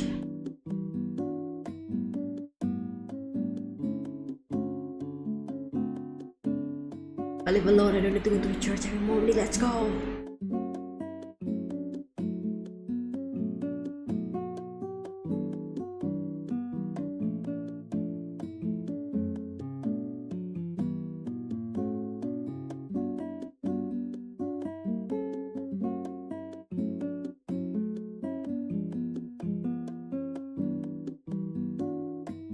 But yeah, that's why when every time people ask me, I don't really have anything to complain that much. I got nothing here, mate. Usually if I'm not feeling it, I just don't go to stream, you know. It's a bit crazy to go online when you're not feeling well.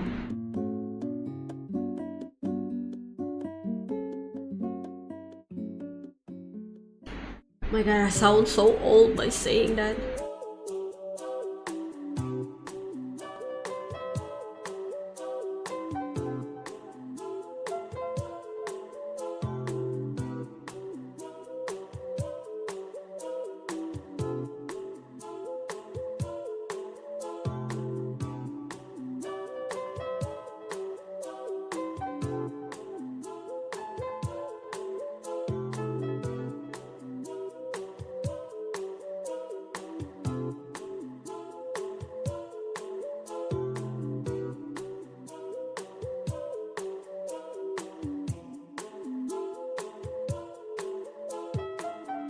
Oh, yeah, I do want to say sorry I didn't go online for like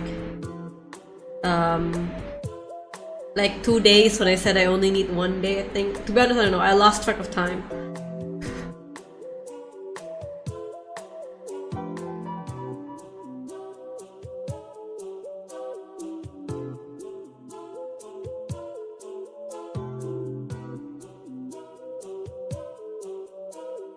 But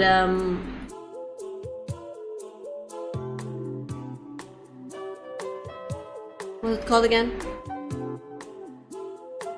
There was nothing going on actually yesterday. I was just the commission of the deadline came in, and I'm like, no, I'll work on this, you know. And then the next day, I think I was like, I'll work on it more. And I was like, oh yeah, maybe I do need my own time for now.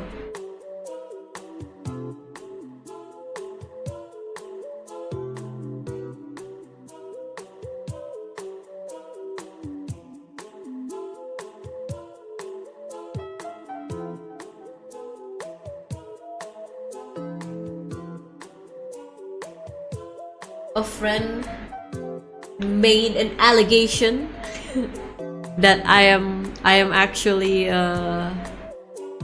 extroverted. Like, no, I'm not. I just yap more one-on-one.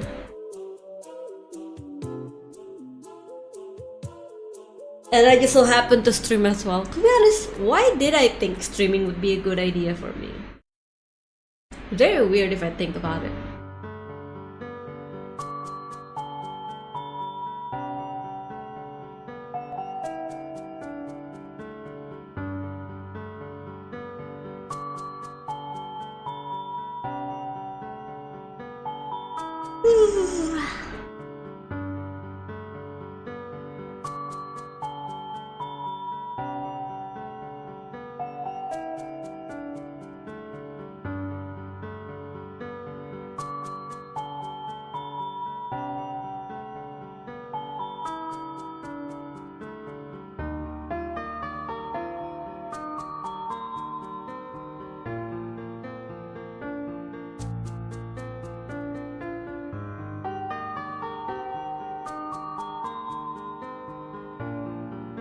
Yeah, right now I'm a bit sleepy. I think maybe because Last night I kind of woke up at like 1 or 2, I think, and then I went to sleep early, but then I wake up at like 2 or like 1, and then I started playing my bass for like 1.5 hours, and then I like bet rot a bit for like another hour, and then like, oh shit, it's already 4.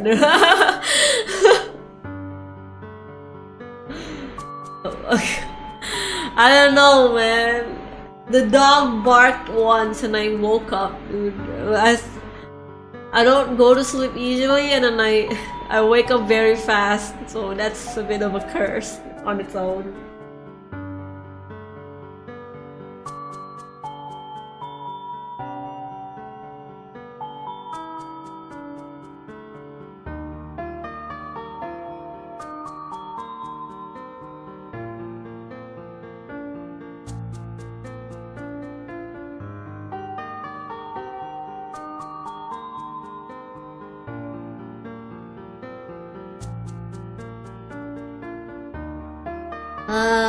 To be honest, I don't know. Lately, if I fall asleep, right, on a time that's not good. For example, like right now, like I'm about to go eat soon, and then I would be super sleepy. As in like, oh shit, I cannot like keep my eyes open. Maybe because I was full, and then you know, the lack of sleep got to me as well. And then when I wake up, like, oh shit, why am I already why did I fall asleep?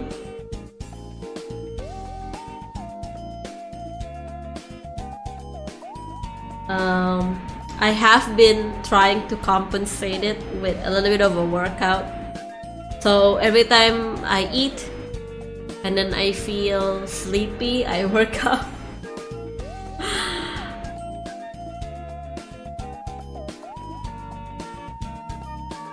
Yeah, me and whatever it is I can do here.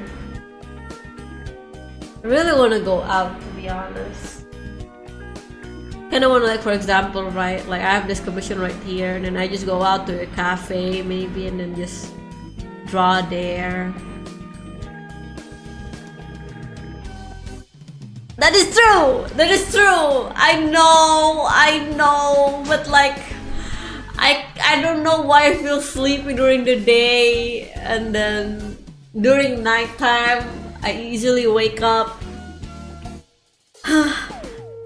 Right now my thighs are really sore, by the way, because like I worked out like 2 days ago, and because I didn't really give myself enough rest, now I still have to take another day off from a workout. At least if I work out, I don't work out my legs, because right now it's hurting. It's not it hasn't recovered yet. I do like the pain. Now don't get me wrong with a masochist, but like, I don't know, it feels like a good kind of pain, you know. Skip leg day, you know, the meme. I wasn't even doing leg day, by the way. It was just a full body, but it was heavily on the leg, you know? So like, I do everything, but like, it got more sets on the leg, basically. Because I do know my legs are way more stronger than my upper body. Dude, I can't even do a knee push-up, man. That's basically what I'm trying to do. Basically, manage to do a full push-up and a pull-up.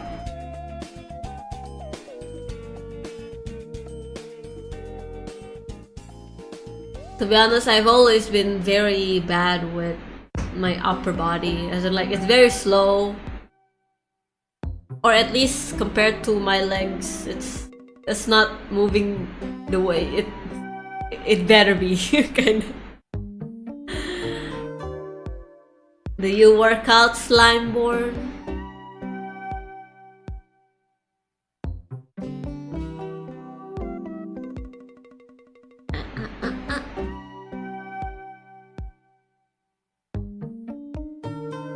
But yeah, lately I feel guilty if I fall asleep during the day. It's like everyone is doing stuff during the day, and then I'm just Hong Chu. I do. I want to survive if zombie apocalypse happens someday. I just wanna work out. So to be honest, I'm not that. I don't think people would consider me as fat when they see me, but the fat that I have kind of build up on places that I could easily hide. For example, it's on my thigh, on my upper arm, and on my tummy, I guess. Which sure, people could see it sometimes, but like it's way easier to hide rather than other people, you know. So when they see me, I still look like a stick, kinda, you know. I just don't have muscle. Well, so I'm like, oh, it would be nice if I have muscle. Oh, look at look at these drip that I could pull off if I have muscle, you know. So, kind of want less fat, more muscle kind of body, you know. But not like really bulk up something. Just that you automatically be a bit slimmer if you have more muscle, cause like, you know, muscle are way more. How do I say it? Basically, from what I learned, it's way more solid than how fat is. You know, like 1 kilogram of fat and 1 kilogram of muscle. Muscle would look like they are like a bit less in mass. You know what I mean? They look smaller than 1 kilogram of fat, something like that. You know what I mean?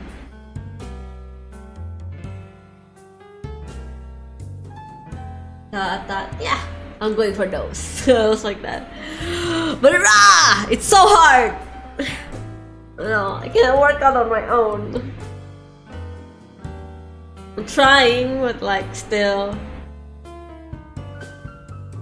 Right now my goal is only simple. Be able to do a full push-up and a pull-up. Just one pull-up would be nice. Because I cannot do either of those. But you cannot just work out your upper body without working out your lower body as well. I don't know why I push my lower body more, just because I know it's way more stronger than my upper body. But now I'm feeling the pain.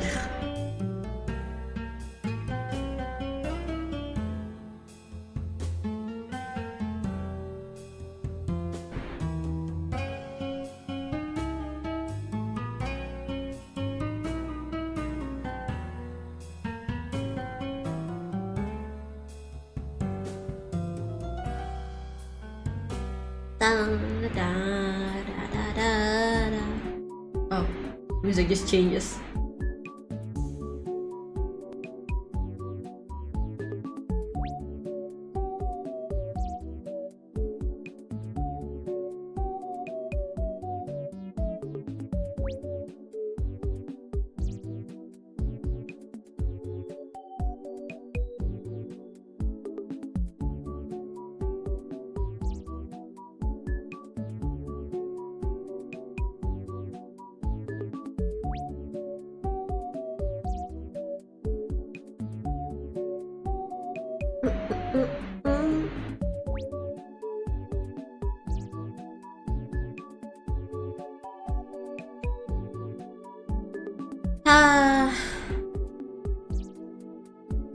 One day I'll be a muscly person.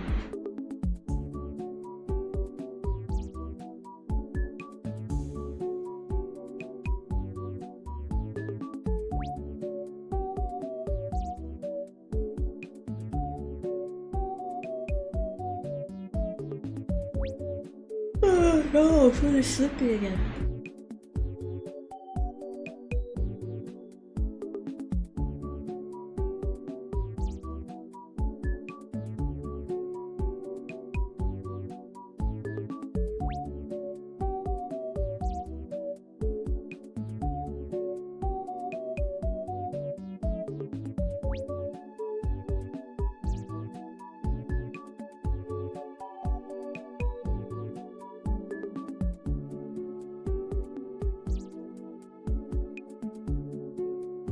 I wanna wear cute clothes, but I also wanna sleep better.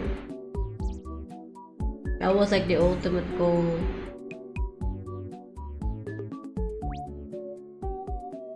but it's a bit hard to go to sleep when everyone is playing at night and I kind of want to hang out with them.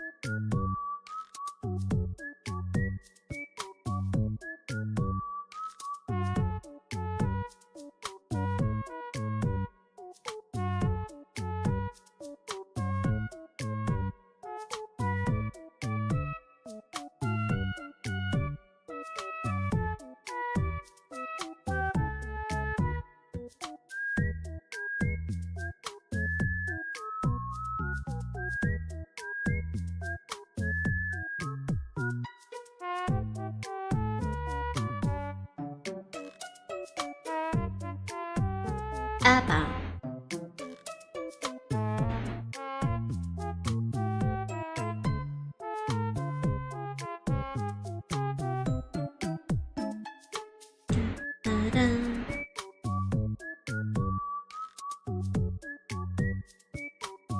This is still a part of the shirt.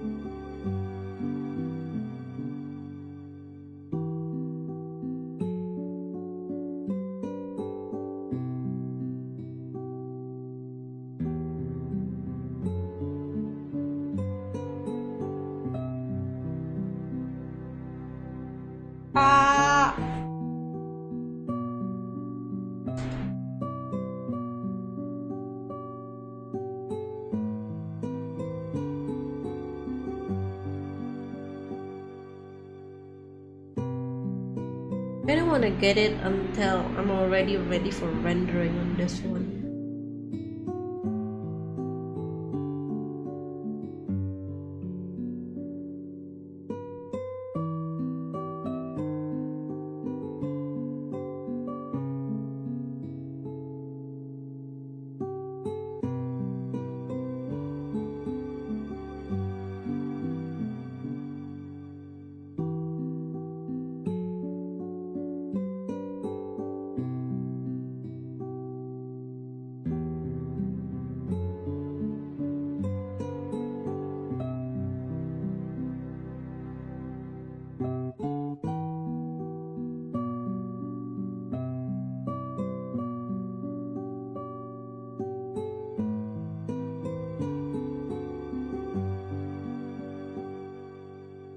がとうございました。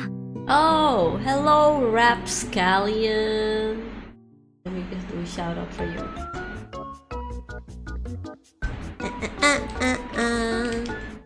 Shout out, Rapscallion 556. Oh, I did a typo. Out.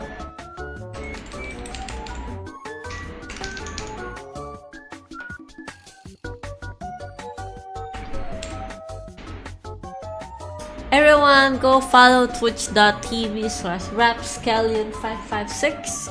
Show them support on their channel like how they do here by raiding us. Pachi pachi pachi pachi pachi.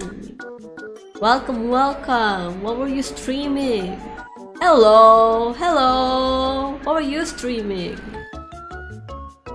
We are just evaluating a little bit on the drawings right now, and I was thinking about lunch. Final Fantasy 14? Oh my god! A Final Fantasy 14 enjoyer? How did you find me here? I'm at art. I'm not even at Final Fantasy.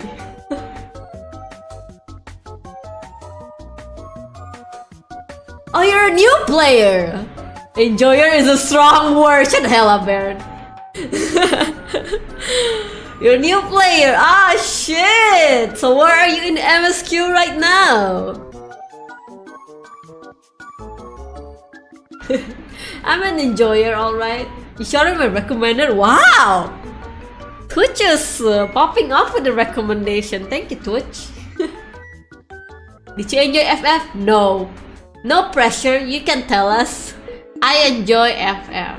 I am somewhat of a late game player. I am Twitch. Not you, Akko. Shut the hell up, Baron. How's FF so far? Everyone is very friendly there, but right now there's not as much people as used to be because content dropped. It's only raiding content now, but even then people already finished it, kinda.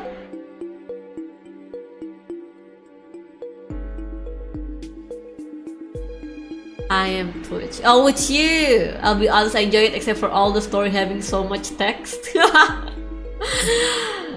Are you in like... Well, actually, I don't know if you can tell if you're in ARR or in Heavensward already, but I can definitely say real. It's real that you kinda need to do a lot of reading to do it, especially in ARR. It's a bit of a pain in the ass, kinda. But it gets good, it gets good. Let him cook.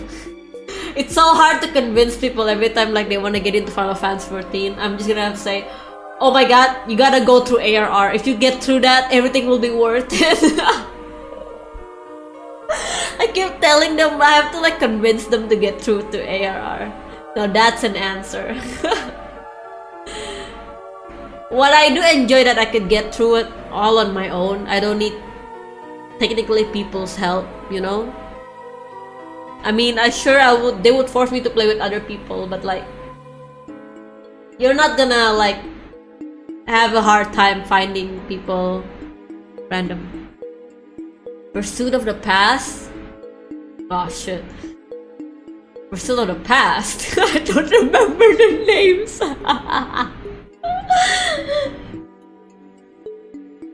Let me ask, is Minfilia still there? I mean... No!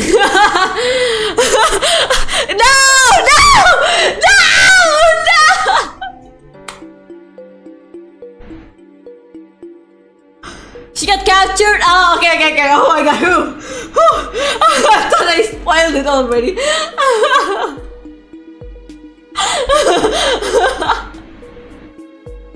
I'm so sorry. Okay, if she got captured, then it's still in ARR then.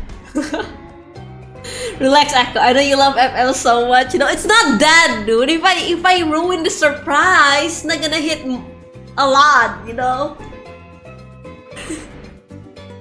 It's not gonna... Thank you for the follow, Ramscale. It's not gonna, like, hit them. We need them to be traumatized. I'm joking.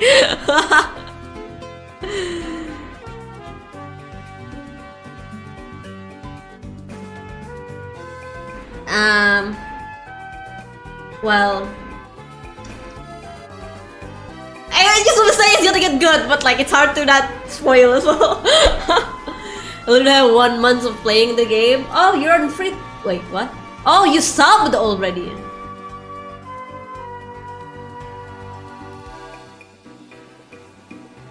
Did you already subscribe? Nah, free trial. Oh, okay. I thought you meant by you have 1 month, but like you already like, you know, bought the game.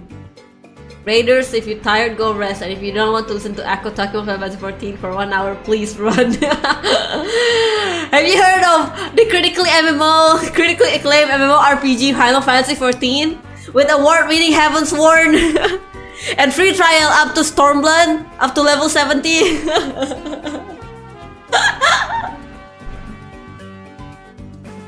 Does that help?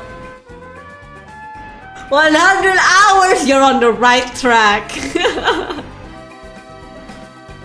Did you find new friends in there?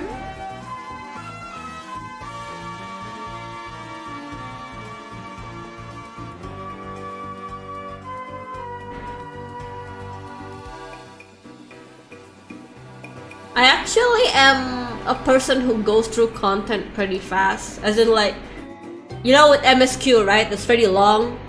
So if I don't, like, when I log in, that's like the main thing that I do, kinda, you know?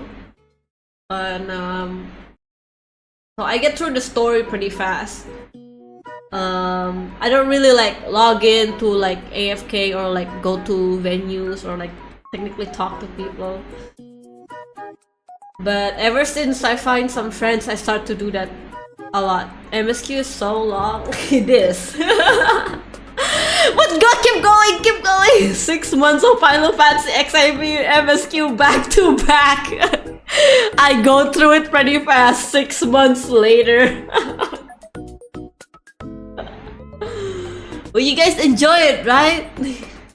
Hello, Gaylord. How are you?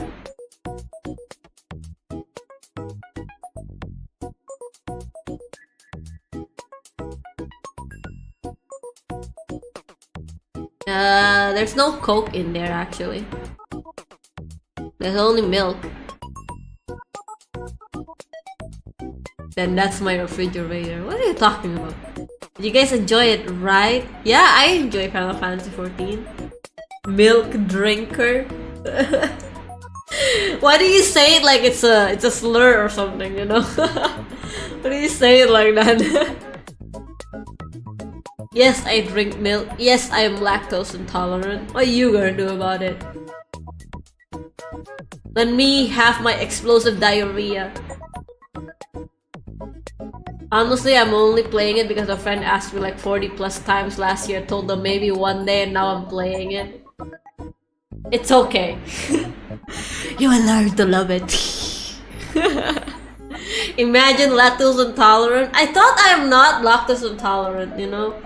But the more I realized it, I'm like, why do I shit every time I drink milk? You know? It's every time I drink milk. They're saying I'm addicted to it now. To be honest, Rapscallion, I'm not making allegations, okay? But 100 hours in, and you haven't finished. Well, that's technically half of ARR, I think, where you are right now. It's kind of crazy. You know what I mean? To be honest, I don't remember how long it took me to get there. But I'm pretty sure it's not 100 hours to get there, you know? Lactose intolerance is caused by a lack of milk, so drink more milk more often, yeah? I actually do drink milk. Back then, every day. But then every day I also shit myself every morning, basically. Maybe you are addicted, Rapscallion. What do you do in there when you're not playing MSQ, huh? Why do I shit every time I ask the same question every day, Akko? If you are not addicted, I don't know what Akko is. Shut the hell up, Baron. Look who's talking. I am perfectly fine with Final Fantasy. I haven't been logging in every day. But is that what you guys want to hear? Lately, I've only been logging in for raids actually, because I'm at the end game. No, we don't have Final Fantasy running in the background actually right now.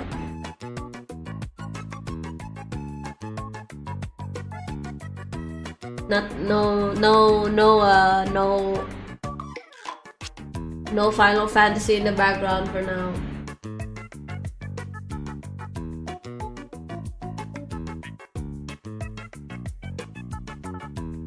What if you relapse? Like, I literally only go online for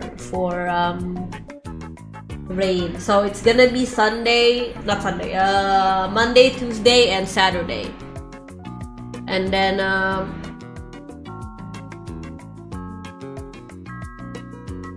occasionally, if All Might asks me to log in for raids. I'm level 50 Black Mage and level 30 Warrior. Black Mage, let's go! Let's go! One of the homies. Black Mage Nation, Black Mage Nation. She's slowly losing it from not logging in FF. Just had a withdrawal after someone said I'm 14. I'm just hungry, okay? Hungry for lunch. One of the masochist human. What do you mean? We Black Mage are very high class. Yeah, I also started with Black Mage. I have to be honest, when you play Black Mage as your first ever class, you don't see it as that bad. But then when you play, for example, Black Mage at high level, right? Every skill is open and all that stuff. You have to click everything. You'll be like, dang, Black Mage is so bad on the first few levels. If I ever start another character, I'm not starting as Black Mage. But that's what I said to myself. I used to play in EU, Black Mage, of course. And then I moved to Kujata, and I was like, I don't want to play Black Mage anymore. As in, like, I don't want to start with Black Mage, you know what I mean? And I think about it, and I click Black Mage as my starter class. Tell us how many raids you participate as a Black Mage recently. None, because I have been going in a static as a healer. But on the newest update I played, there have been like 4 raids that I went in as a Black Mage. Referring as high class, there should be a lower class. What the hell do you mean? But which class do you consider the lower class, dear Akko the Black Mage? You know, one of the hardest class to start with, at least for me.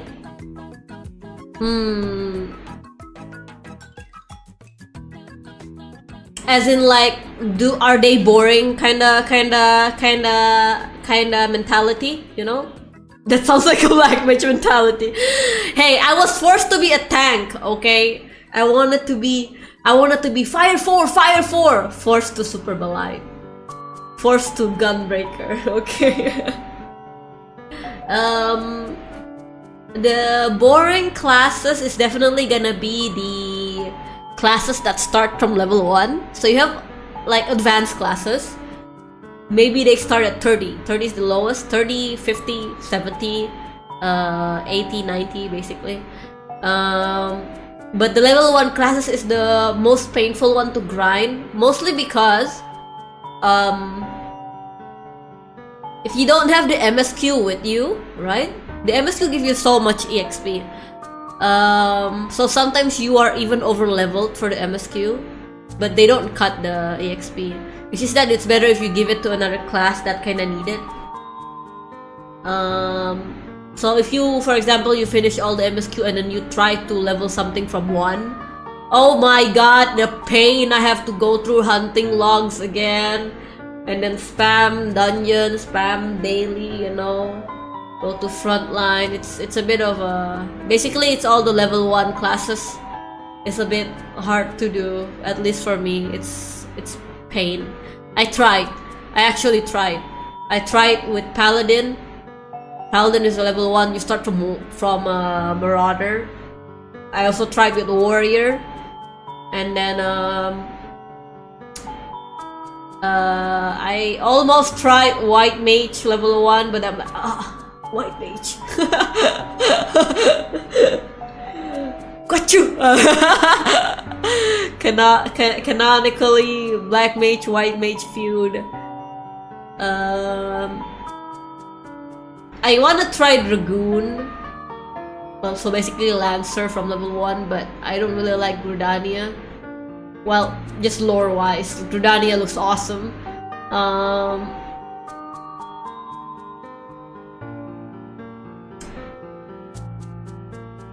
Monk is actually Pugilist, is a pretty interesting class. So I've never ever tried it. So maybe I'll try it out one day.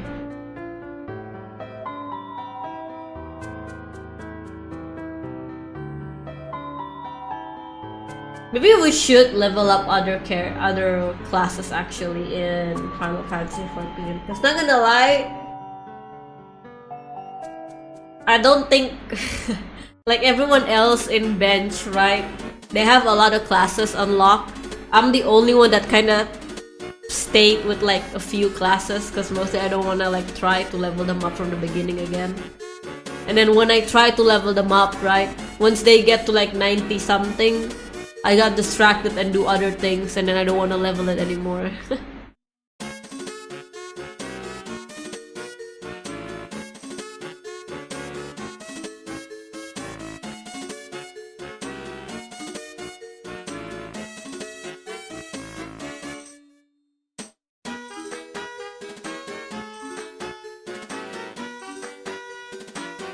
Final Fantasy XIV. Like, I really want to play stuff. I actually want to go into a raid right now, as in like, I want to kill something in game. But what's it called again?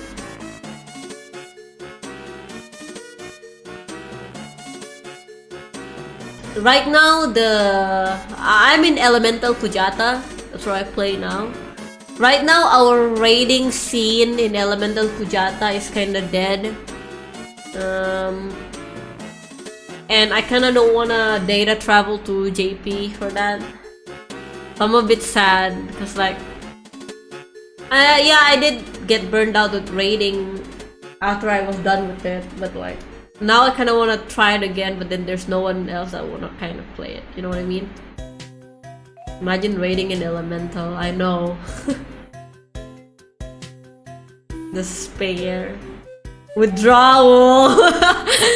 I'm conditioned to level every class to max no matter how long it takes. Really? Are you really that determined to do that? She's searching for raids. I do, but like right now I kinda like wanna prioritize things that I need to do. For example, commission. And then some more singing stuff. That's why I feel guilty if I enjoy my time a little too much in Final Fantasy, to be honest.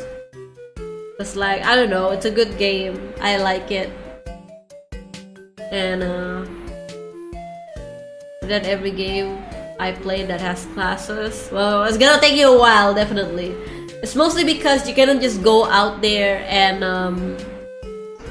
power level it. If you want to power level, you gotta spam dungeon. So if you want to power level, like once you unlock kinda like Heavensward, kinda, you know? Heavensward. And then at Heavensward Endgame, kinda. I forgot if it's Heavensward Endgame or post ARR. But there's this thing called Wondrous Tales. It's gonna give you at least half a bar of EXP every day, every week. That, and then spam your dailies. If you wanna to actually like progress each day, you gotta spam dungeon. But you enjoyed it, I know, but sometimes you gotta focus on things that are more important, you know, because technically Final Fantasy 14 is just a game at the end of the game, at the end of the day.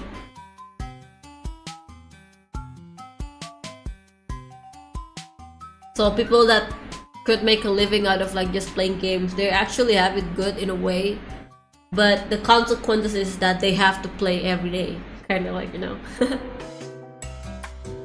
I'm actually scared with the idea of that. Like, for example, maybe like I got famous for playing Final Fantasy 14, but then I don't want to play Final Fantasy 14 anymore. Rates are important. I don't know what you're talking about. It's important, but I'm not gonna like suffer in the future for not doing it. You know what I mean?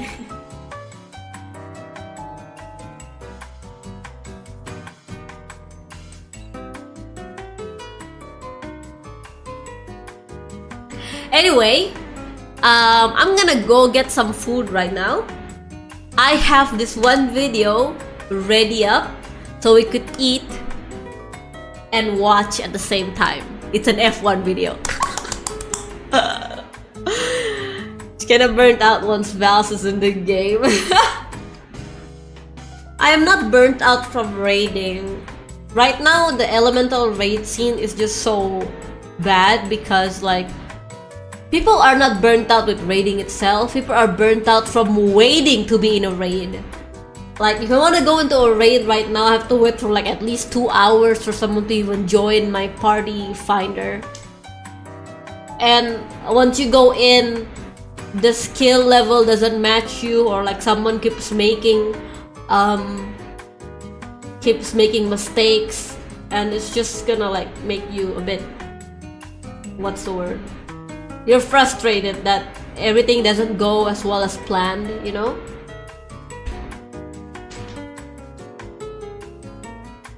So yeah.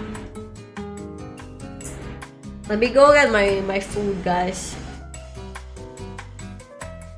So I'm just tired of waiting for it to find people. I don't even mind if people are like making mistakes or anything like that. But like, I could have played the game for like 2.5 hours, 2.5 hours basically. But I spent 2 hours just waiting and then half an hour to play. And then I didn't clear the fight that I want. Yeah, it's basically lobby gaming, yeah. But that's like endgame. For people that are still going through the content from MSQ especially, it's still pretty much very fun. I'm not sponsored. That's Kiara. That is what Kiara almost did. 2 hours of stream lobby gaming. Yeah, I'm kind of thinking if I should like try level up my EU character, as in like play the MSQ, right? So I could kinda raid there as well. But man, that means I gotta what's the word? That means I have to like play through all the underwater sequence. No, I won't be playing on Hazel. Hazel is trapped with Panda's character. She cannot continue MSQ, but I do have another character there.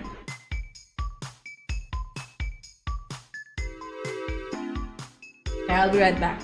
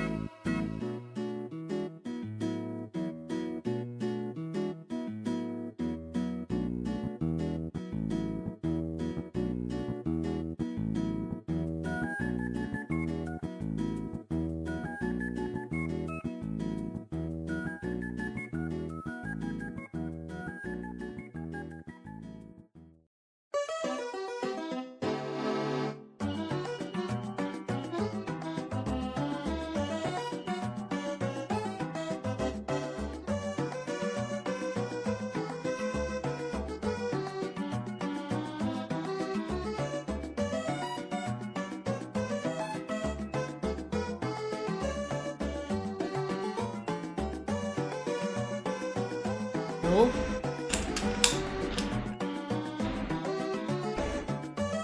Okay, we have our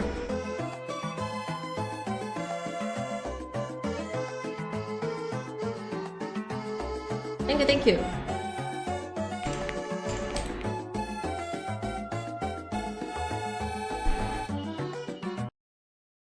We have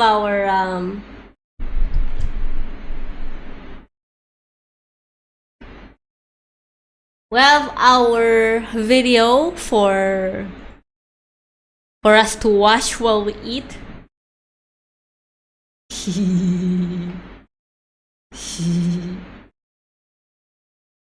And I watch this Nico Hulkenberg.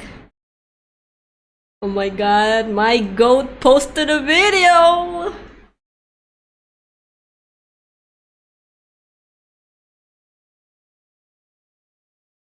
Alright, so let's eat while we watch this, okay? Nico Hulkenberg.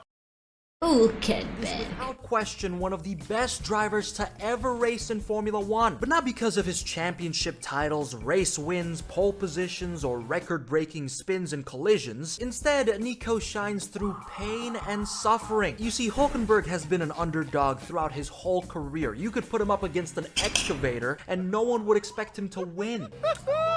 But not because he isn't skilled. Heck, the man is one of the fastest drivers on the grid. Instead, it's because he drives shitboxes, or the forces of evil and darkness magically rips his car into pieces. And how he always perseveres through any disadvantage makes Hulkenberg the Incredible Hulk. And Hulk. Finish P5 with a tractor. And this becomes even more special when you realize that Nico's been pushing through struggles ever since he started his F1 career. In his debut with Williams in 2010, the team was broke and mediocre. But in his third ever race, he outqualifies his experienced teammate and scores points. And in Brazil, he puts in a phenomenal lap in qualifying and gets pole position. But he does. Hulkenberg doesn't look at the time. Look at that, it's almost a second quicker. Nico Hulkenberg. Though in the race, Williams was slow, so he finished 8th. But that was still amazing, and Nico was seen as a rising star. So you could just imagine how I reacted when I found out that he didn't even secure a seat in 2011. And the worst part is, of all people in God's green earth, he lost it to Pastor Maldonado. AKA Jack the Ripper with a car, due to sponsorship money as well. This was more than just a robbery, we witnessed a heist. But thankfully Nico came back to F1 in 2012, and despite some unlucky career decisions, he continued to cook. Someone cooked here. In Belgium, he finished 4th. Monza 2013 qualified his midfield Sauber in— Oh my god, just imagine if Nico Hulkenberg could drive a McLaren. Or like not the Red Bull. Today's Red Bull is crazy. I don't know, just the Ferrari or the Mercedes even. That's gonna be crazy. P3. And in Korea, back in an era where F1 intros used to look like this,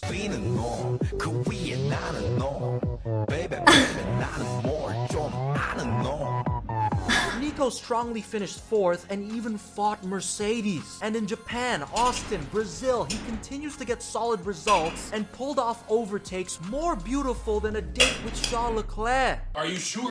Thank you, thank you. Thank you for the raid. Enjoy FF, enjoy, you better. I'm joking. About that. Yes! Then in 2014, he finished 5th 4 times, and in 2015, while having an F1 seat, he went and won Le Mans. Nico did everything, and his drives were phenomenal, and that makes me even more pissed that he could have lost all that to Pastor the Molester Maldonado. But one thing stuck out throughout Nico's F1 journey. No matter how good his performances were, he never managed a podium. And this is where everyone realized that he had a curse. The most painful example, Brazil 2012, a race that Nico could have won, but he crashed trying to overtake Lewis, something he still regrets even to this day. Brazil 2012, that is, you know, when I'm going back to often Should have been a bit more patient. But then came in races like Singapore 2017. After there was a public purge on lap 1, Nico was running third, but he had to retire thanks to Renault's amazing reliability, aka the car exploded after 5 laps. Oh, here's our bus to the airport. Then onward to Abu Dhabi 2018, Nico wasn't competing for a podium, but he got a little kiss from Grosjean, which then made his car barrel roll until it was upside down. They and just on have a fire. curse. But then came 2019, where he finally gets paired with Daniel Ricciardo, which gave birth to Nico Hulkenberg. Hulkenberg. Jolly team. But I think he wasn't getting the top team quality, I would say, you know, like the car. Teammates. 2019 was depressing. In Nico's home race, he looked like he was gonna finally get his podium, but he lost the car and kissed the barriers. And let me tell you, that race mortified everyone. It was Nico's few chances that season, and a podium in Germany would have been perfect. But that day never came. Even just thinking about it gives me nightmares. Hey Nico, tough day out there, it looked like it. How would you sum it up? And if Nico wasn't going through enough shit already, not even a month later, Renault announced that they were going to be replacing him with Esteban Ocon. I swear the French continue to disappoint. This is like beating up a dead horse. But well, at least it wasn't Pastor Maldonado. Esteban is still a track killer though. You just replaced Jack the Ripper with Freddy Krueger. But point is, Nico has been blue-balled. Anytime he comes close to getting a podium, his hopes and dreams just burst into nothing. And so far, that was it for his F1 career. A great start in 2010, but it just gets gradually worse and worse until he was fired in 2019. However, Nico still found a way to race in F1 and perform like he was on crack, because in 2020 he was still a reserve driver for Racing Point, and in Silverstone he jumps in the car on short notice, proceeds to qualify third, and finishes the race 7th. Then in the Eiffel Grand Prix, Nico was called in 4 hours before qualifying, unfortunately starts 20th, I mean no shit, but then lap after lap he gets a hang of the car and climbs up all the way to P8. Great job, Nico. Great job. P8. P8. Oh, Schubers. And this is what makes Nico so great. He can jump in a car after a trip to the Bahamas, then drive it to its limits in just a few laps. His adaptability is phenomenal. This man is the definition of improvise, adapt, overcome. Which To be honest, Nico Hulkenberg is just like you know how you play gold chip in Uma Musume, a late bloomer. You just don't know that he's already creeping into like the top 10 basically. allows him to put midfield cars into places where they shouldn't be. It's like seeing a polar bear in Western Australia. Nico has driven midfield machines his whole career, but no matter what dumpster fire he's given that the rest of the grid would laugh at, his team just responds with, We have a Hulk. and Nico just slams competition to the ground. Okay, copy that. We are checking it. Like, his run at Haas was sensational. He placed his tractor into Q3 over 17 times in 2 years and finished 7th and P6 twice. And of course, his most phenomenal result, along with Kevin Magnussen, Monaco 2024. Now that is consistency. But now enter 2025, a season I'd say is F1 Oshi, Oscar Piastri.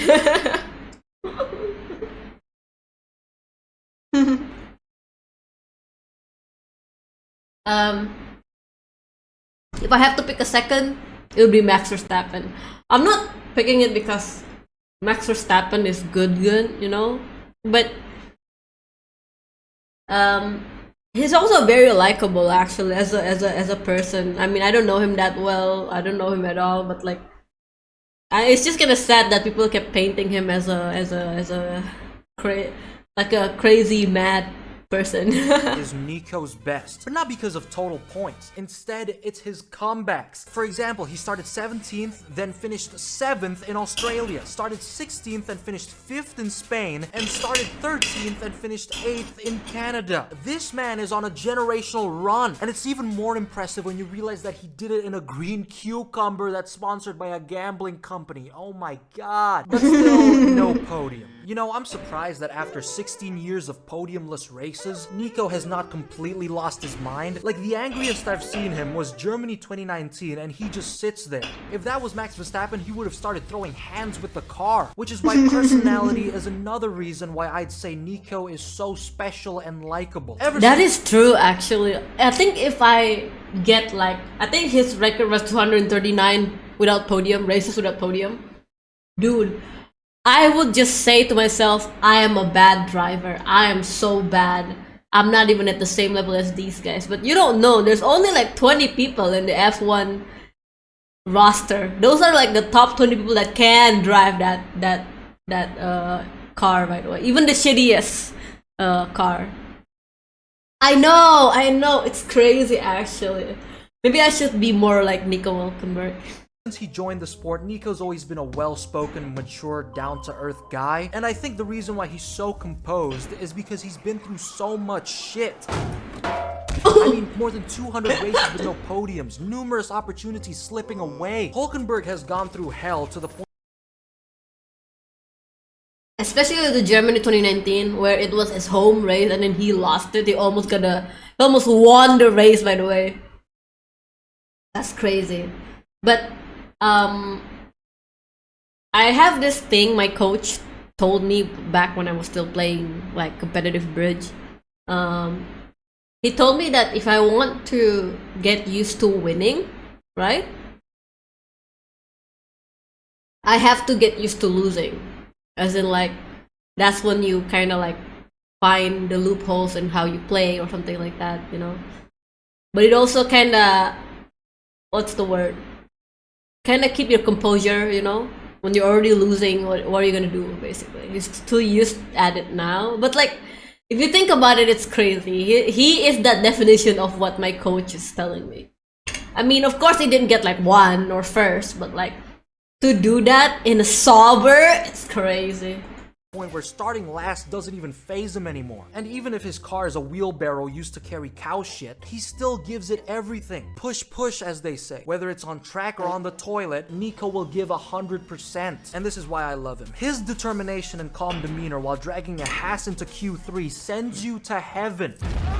Hot take? A Hülkenberg P4 is better than a McLaren 1-2. But still, I was always frustrated for Nico's podiumless career. But that was until Silverstone, one of the most ass-clenching races I've witnessed in 2025. Because in the weekend, Max Verstappen started it by complaining about his Red Bull 24/7.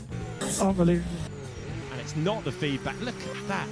A shopping trolley. But then in qualifying, he locks in and gets pole out of nowhere. But Max Verstappen will not give up on this one. Oh my god. Ref, he's using his childhood trauma as motivation, ref. I bet you to any solid buckaroos that Max Verstappen could complain about having erectile dysfunction and get Kelly pregnant with triplets the next day. Also, Ferrari nearly had Lewis out in Q1, typical, and Charles Leclerc had a massive meltdown after Q3. So fucking shit I am. I am so fucking shit. You know what Leclerc is? That's me. If I ever did a little bit of a mistake, that's me. I'm like, oh my god, I hate myself. I'm so dumb. Why did I even do this? She just quit. Uninstall. That's what my karate teacher said. In order to win, I gotta lose. Then he beats me up to a pulp. He's not in Mercedes anymore. He's in Ferrari with Charles Leclerc. Damn, must be the shit.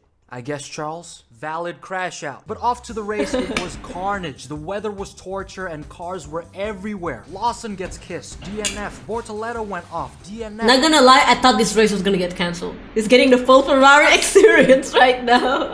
And Max was sliding like he was lubed up. So Oscar took the lead, Lando and Max battled like ex-husbands while Charles went lawn mowing. And everyone was pretty much fucking blind. We're usually that bad in any of the games, so I'll play through. So into lap 18, the rookies were practically dead, and as the safety car was wrapping, Max Verstappen spins on the restart, dropping to 9th. At that point, I just knew Toto Wolff was celebrating like he was getting married all over again. But after Max slipped, you'll notice that Lance Stroll was in P3 now. Can't say I was surprised though, since Lance does turn into Senna as soon as a drop of water hits the track. Must be the water. Yeah, I'm not gonna lie, I thought it was gonna be a Lance Stroll podium. I was gonna be so pissed because Hulkenberg is literally just below him and then Hamilton is trying to catch up as well. But then I realized Nico Hulkenberg was P4 in his green jelly bean, and he did that by making all the right strategy calls himself. You see, instead of being a fart smeller, Nico was a smart fella. He listened to his intuition instead of his engineers and made banger calls left and right. We will box this lap, Nico box for medium. You know, Ferrari should listen to their drivers more, just like how Sauber are. You are not allowed to be on the racetrack except for FP1, FP2. I don't know if there's FP3 actually. I don't really watch free practice. But they have simulators. So each team have simulators of the track. So not really in the track, but it definitely feels like that. The car is also tuned like how they are in real life. You sure? I don't know. I would do that. Stay that. 20 minutes later. Stay out. No. My God, this ties up. Box. I'm coming to the box. Which put him right behind Lance, and all I had in my mind was just... I hurt my hand.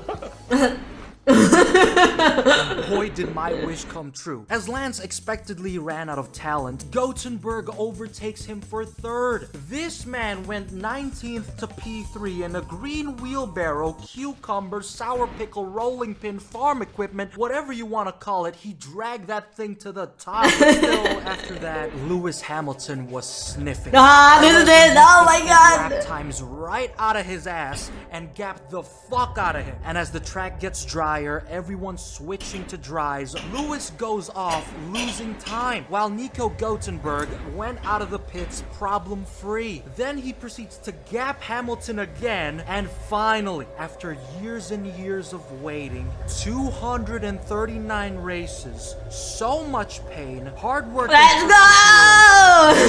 Hulkenberg crosses the line. And finally, Let's go! his record that he didn't want can be wiped clean, and at Sauber they can celebrate. Incredible, man. Enjoy it. Enjoy it. You did an absolutely fantastic job. I can't believe it.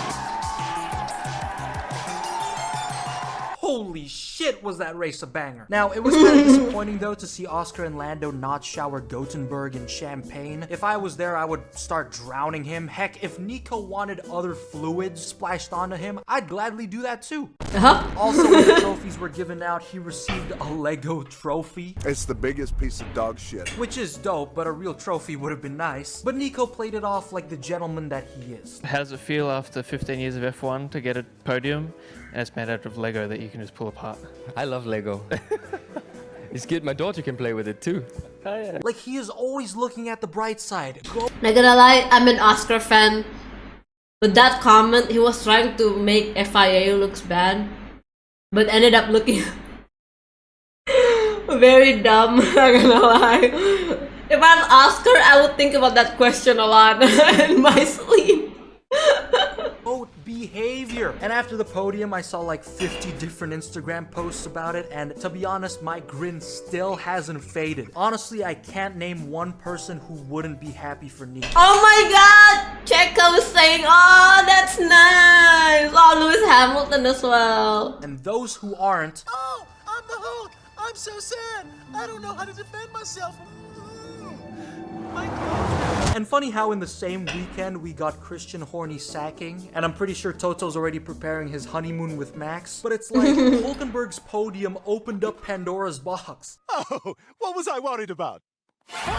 But in conclusion, Nico Hulkenberg, after years of suffering, mistakes, and regret, still decides to push through it all to finally get the podium he deserves, making the Hulk not only one of the most determined drivers, but also a racer with the greatest redemption arc in Formula 1. Real! And that's why I think there will never be another Nico Hulkenberg. Aw, my food it's not done yet. No, come back. Come back, Rick. Make more videos.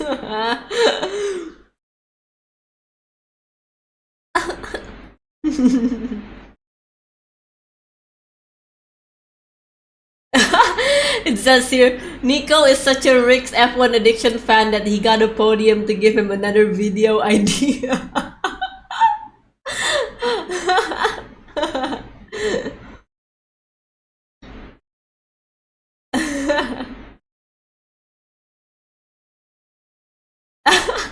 Nico Hulkenberg was actually the real life inspiration behind Sonny Hayes. Hulk was bred. Hulk walks so Brad could fly.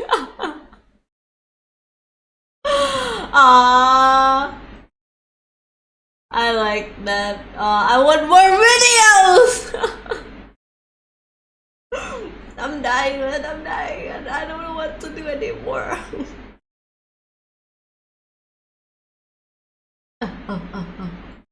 So with the conclusion of the British Grand Prix, the biggest story to come out of it wasn't Lando's first home victory or the McLaren title battle heating up. It was instead the amazing feat by Sauber and Nico Hulkenberg. The end of qualifying on Saturday saw both Sauber cars out in Q1, with Gabriel Bortoleto P17 and Nico Hulkenberg P19. Not a good day, to put it bluntly. However, not a single soul at the team or on this planet could have guessed what happened on Sunday. The race did see Gabby crashing out in the first 10 laps thanks to dries on a wet track. However, Nico was still in it, and somehow, some way, after pitting for new inters at the right time, he found himself up the grid, and with others pitting more and spinning more, Hulk found himself fourth behind Lance Stroll of all people after also getting the pits right. And after Lance's tires fell off harder than Liam Payne, Hulk found himself third in a Sauber after starting P19. The problem, however, was that Lewis Hamilton was behind him. Mind you, this is Lewis's home turf, his playground that he has a streak of 12 consecutive podiums on and potentially 13. But that did not stop Nico, and in fact, he gapped him. Like Sonny Hayes, Nico was flying, which resulted in his first Sonny mentioned after 239 race starts, the longest of any driver by far, and Sauber's first podium since 2012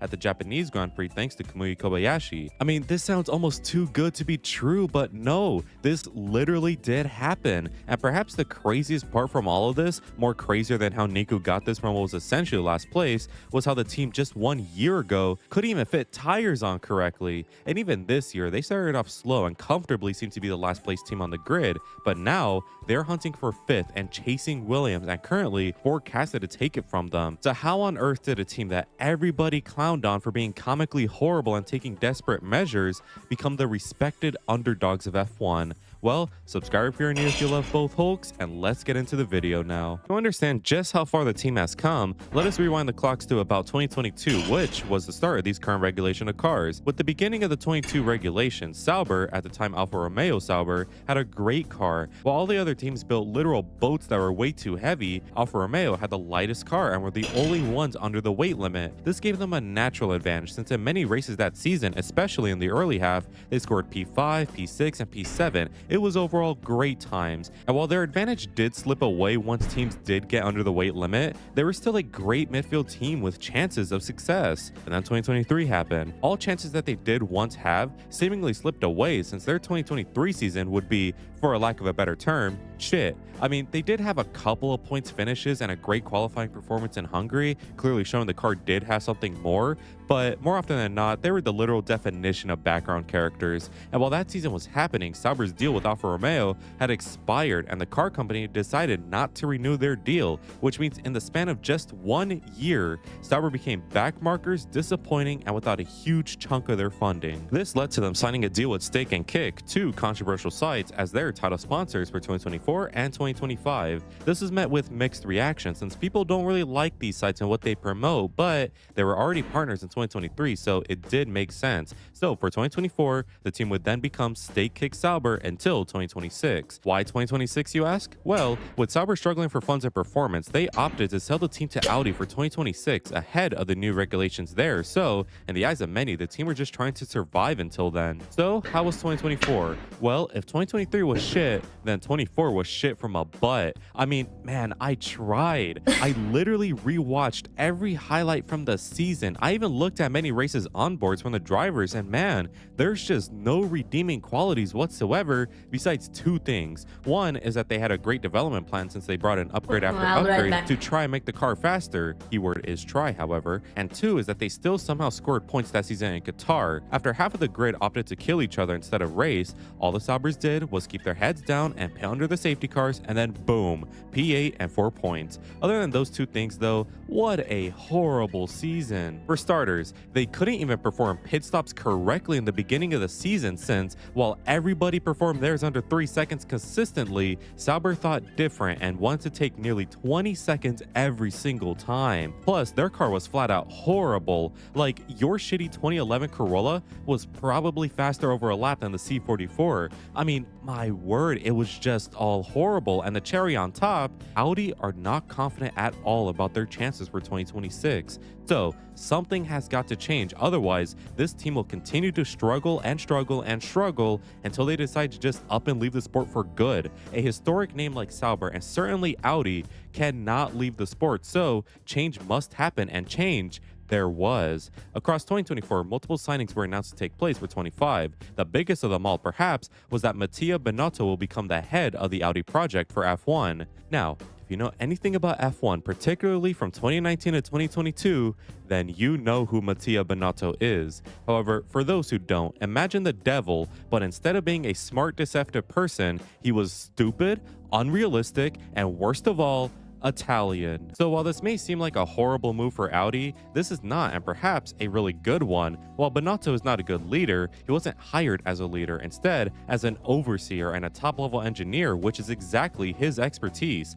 Along with Binotto's signing would be Jonathan Wheatley, who is an extremely talented sports director and prior to Sauber was at Red Bull and responsible for entire dynasties. Wheatley would be signed on as the team principal for Sauber and Audi. However, he would not take effect until April 2025. So now we are in the current year, and with the team struggling with no real hopes for the foreseeable future, along with 2 new drivers since 2022, how on earth have they gotten a podium? Well, the season would start pretty good actually in Australia, since while the qualifying would be very unremarkable, like in Britain, rain fell in Australia, and with careful strategy and keeping calm, the team immediately scored 6 points with an amazing P7 finish, already scoring more points than 24 in its entirety. However, the next couple of races until around Miami or Imola-ish would just be nothing. All the weekends from China to Jeddah would play out exactly like this. Practice shows that the car is slow, qualifying showed that the car is slow, and you guessed it, the race showed that the car was indeed slow. However, the shift started to happen around Japan, where Jonathan Wheatley would take his position as team principal, and immediately he ordered more parts and better facility upgrades. This culminated at around Imola, where the car started to look a bit faster, and maybe with some chaos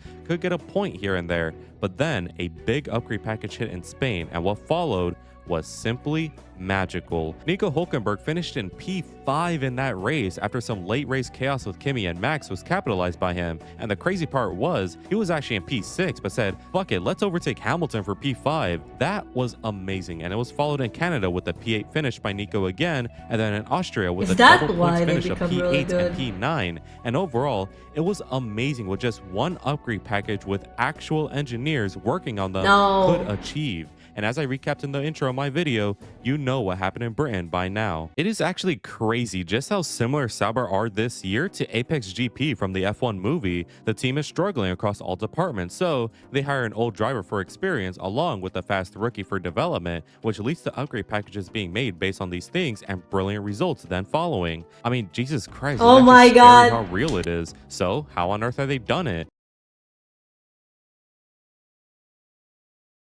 Well, if you were following, then what they've done was simple: hiring. They hired many new talented staff to aid in their factories, along with hiring drivers that can aid in their effort. I mainly want to highlight 3 people though: Jonathan Wheatley, Mattia Binotto, and Nico Hulkenberg. Jonathan Wheatley, like I've said before, was a sporting director at Red Bull and was largely responsible for how efficient that team was. His leadership led to Red Bull being the outright best at pit stops and engineering efficiency, and was great and happy at his job. Then his boss gets exposed for being a pathetic piece of shit who likes jerking it in planes, and suddenly all of his colleagues are leaving the team after a power struggle seems inevitable. So, rightly so, Wheatley starts looking for stability and a new challenge again, which leads to him joining Sauber, this time as a team leader, and his ability to make teams efficient is paying off amazingly. Sauber's pit stops are great, their development plan is great, their morale in general is great, and it's all largely thanks to Wheatley. Plus, the changes he has implemented in their strategy team are perhaps his greatest addition yet. In most, if not all of the races that Sauber have scored points,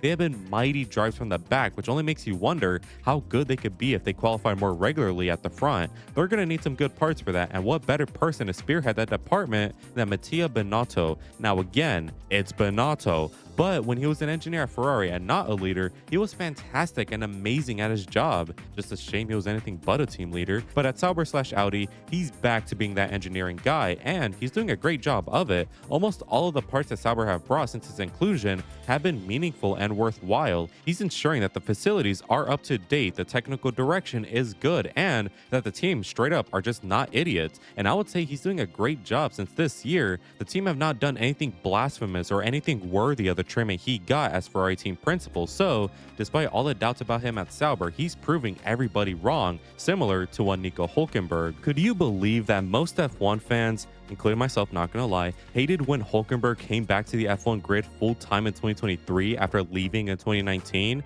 I mean, we all said how it's better to just give a rookie that seat, since Nico is in his mid-30s and practically a waste of space on the grid. While the points may have been valid then, we have all been proven wrong clearly since we have forgotten the reason why he was so good: his calmness and expertise. Nico has lots of experience in the sport and is very helpful when it comes to driver input for upgrades, which is already a minimal part of the process, and this was made evident by his time with Haas, especially in 2024, and it seems to be working yet again this year. Plus, Nico is no slouch. He knows how to drive a car to its maximum, and I just really couldn't think of a better driver to launch a new project with than Hulk himself. Obviously, there are many other people who deserve praise, and rightly so, but I only mentioned 3 people I did for time's sake, and because I think these 3 are the pillars right now at Sauber, soon to be Audi. So after understanding how the team have flipped the script on themselves, how are they looking for the future? Well, in terms of this year, I believe they are looking great for even more success. Now, like in all sports,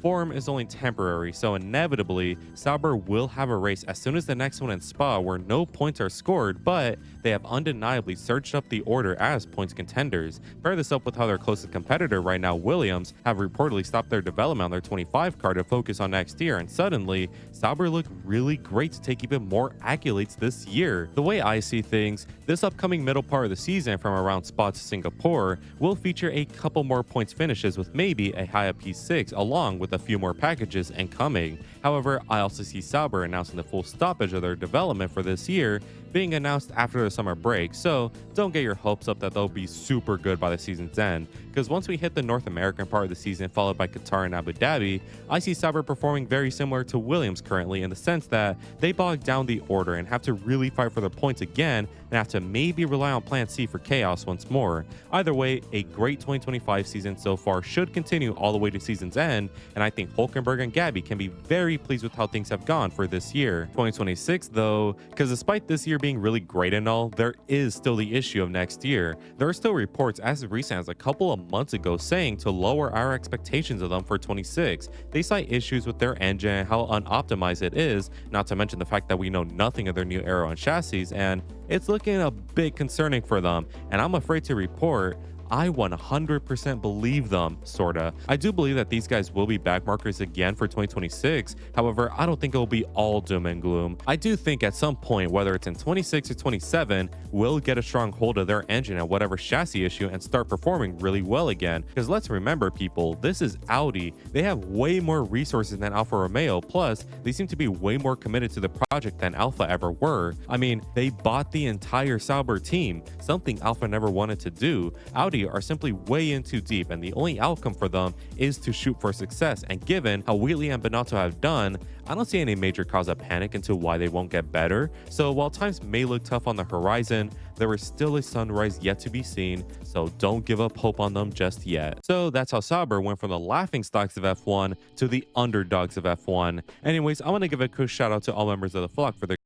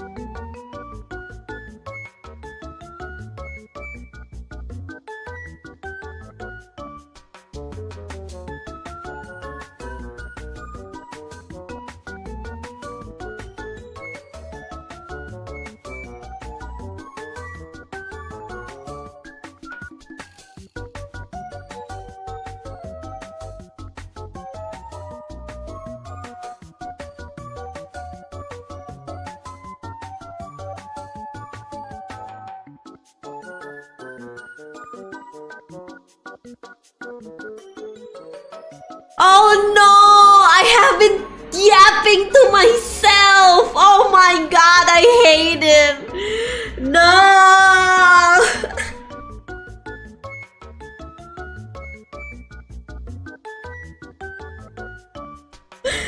Ah!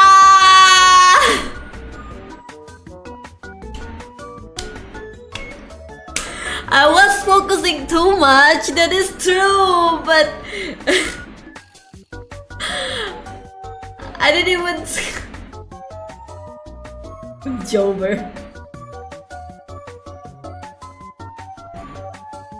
But yeah, so far it looks like this. No, I figured that you like green, so I thought, yeah, I'll just add a green thing. I think it'd be like around here, right? Gonna put the colors like right around here, basically. This is where the color palette's gonna be. And then your name is gonna show up here. Right? Like, what's the character name? And maybe like, yeah, like that, basically, the character's name. Like over here should be fine. And then probably we'll put credit like right over here. And then maybe if there's some character details, you know, like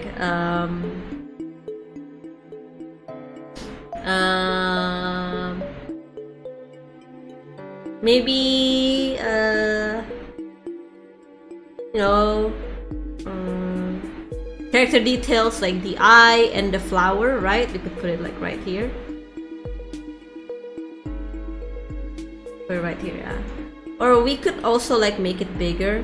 I think we could make it bigger, but we'll see first. Let's change the canvas size.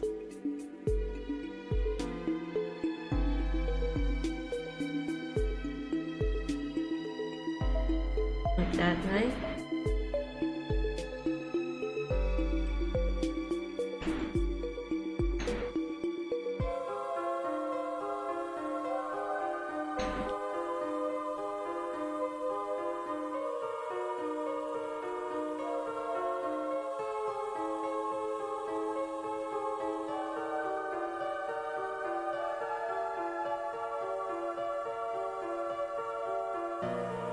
Or we could put the colors like right here.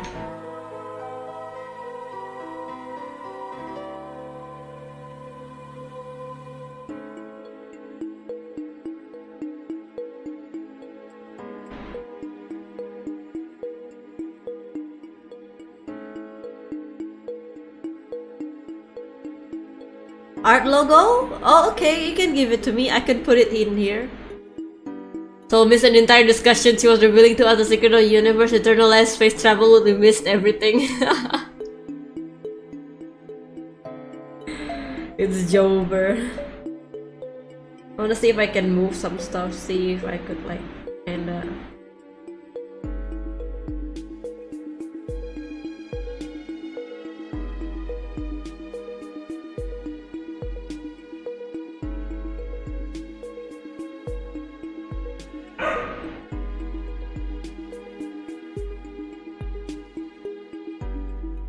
See if I can get a better layout.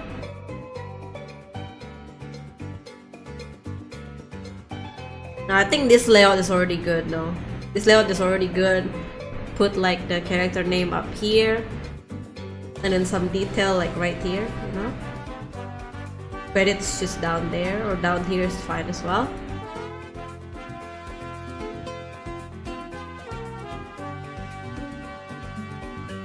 We'll put the color palette maybe like right over here. And then this is where, for example, the eye, the glasses, and the flower would be over here. We're just gonna put it like right here, you know, draw a simple graphic of them over here.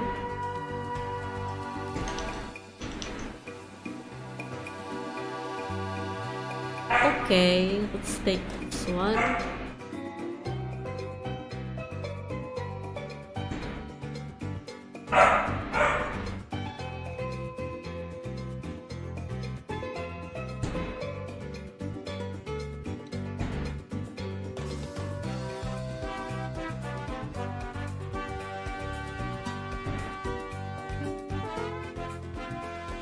Okay, the image is in WebP, and let's see if I can change it to PNG. WebP to PNG converter.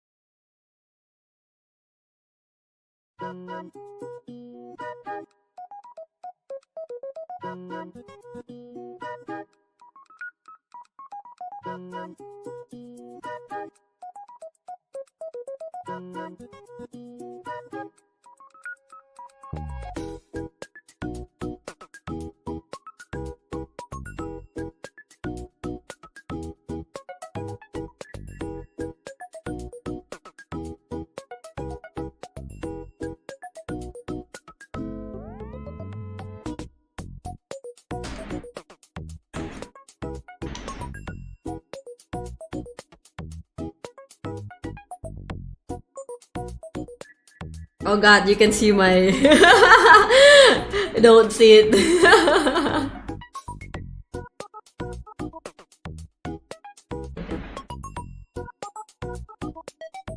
Oh.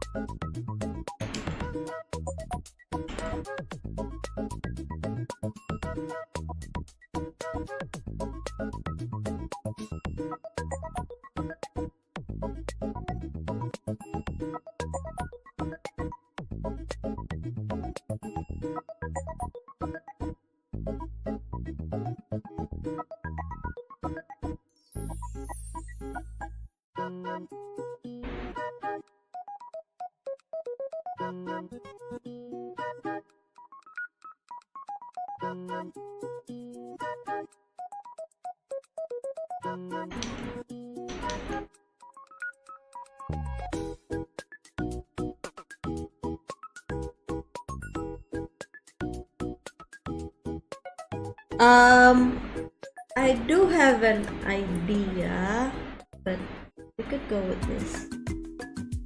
I'll probably change the color just a little bit.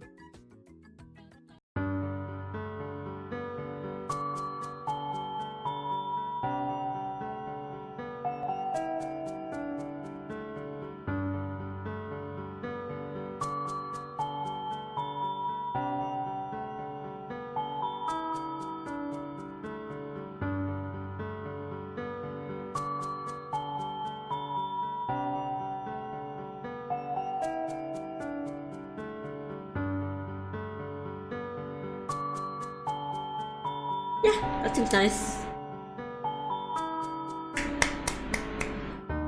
Plain white is nice. Yeah, it's plain white, but I want to keep this ear detail there basically, so that it looks like the ears, you know.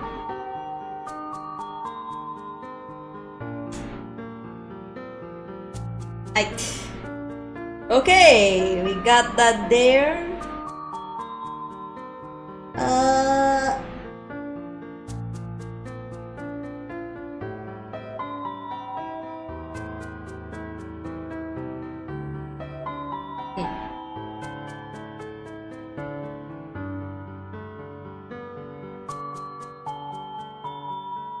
We're just gonna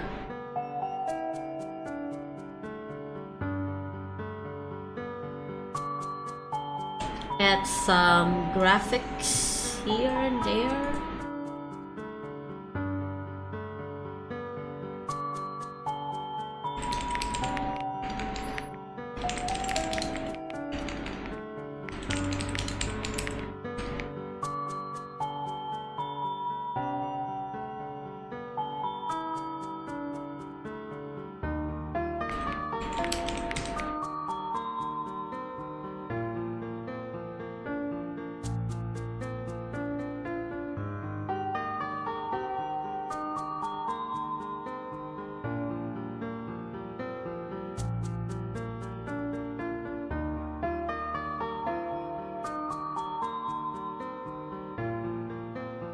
Okay. Ugh.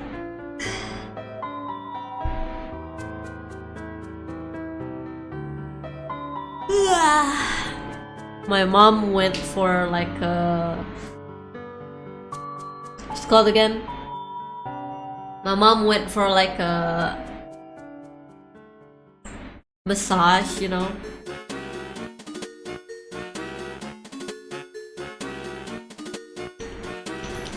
I'm kinda jealous actually.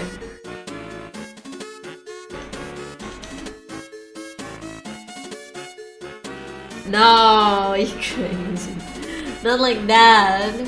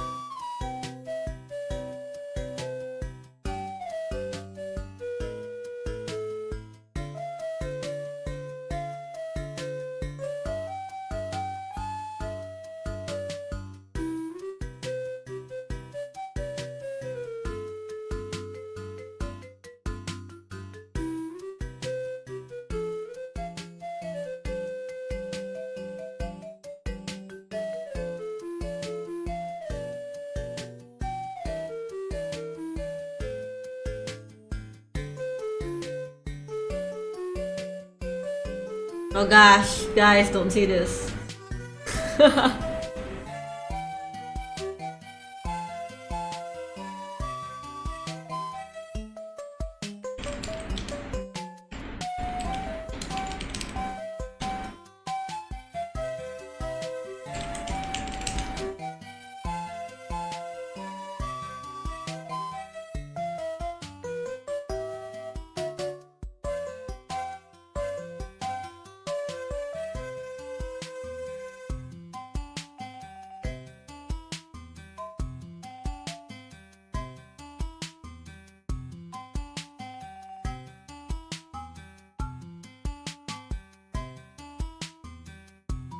No, it's fine.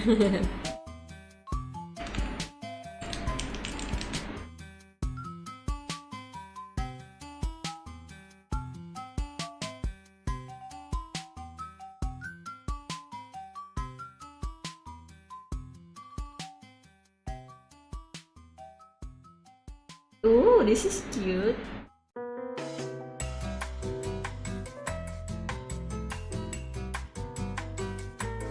Wow!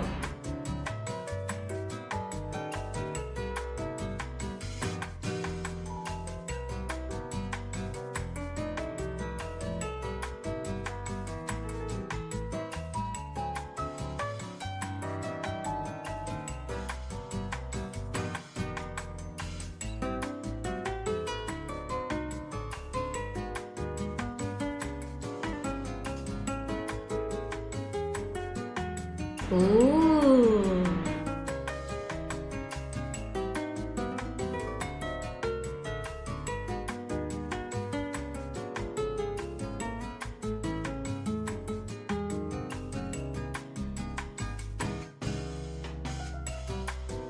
Wow, look at this.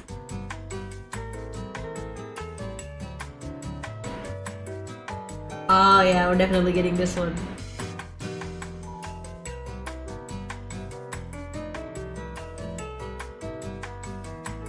This looks so nice.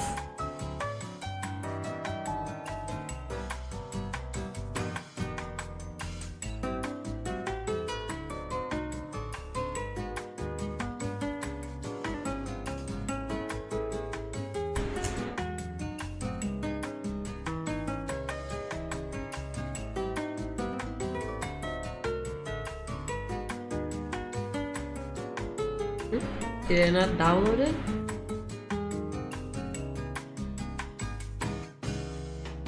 It's still downloading.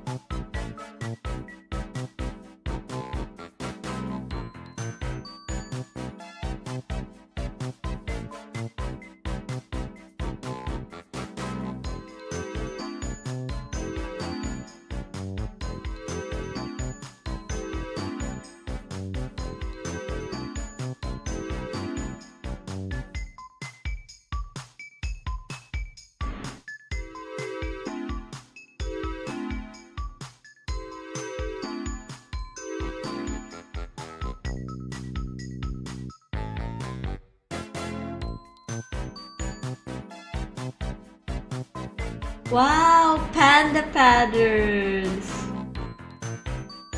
That's cute.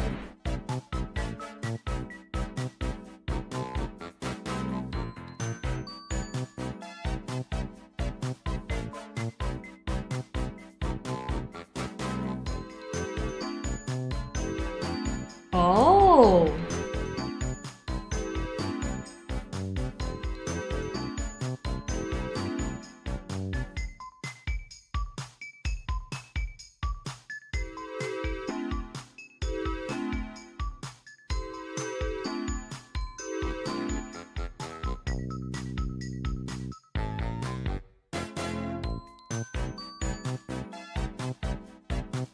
Hmm.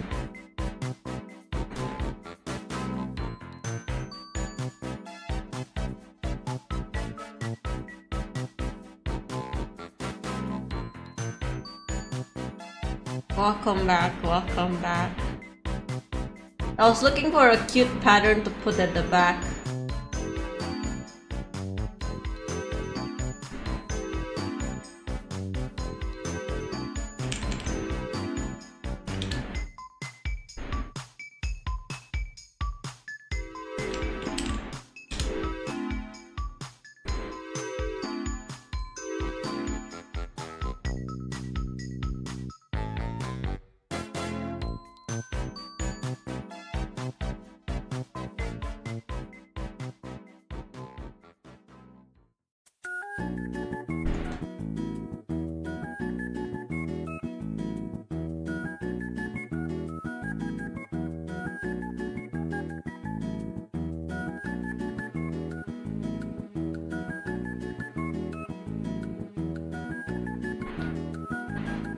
I don't know if this is a good idea, but we're just gonna try anyway.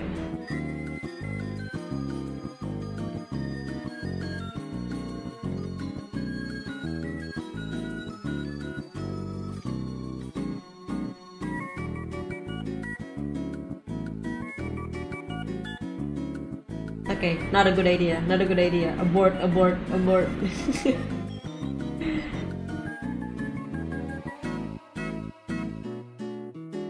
Needs to be bigger.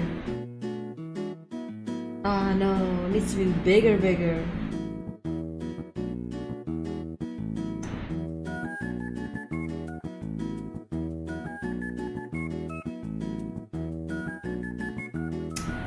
No, this could have been it.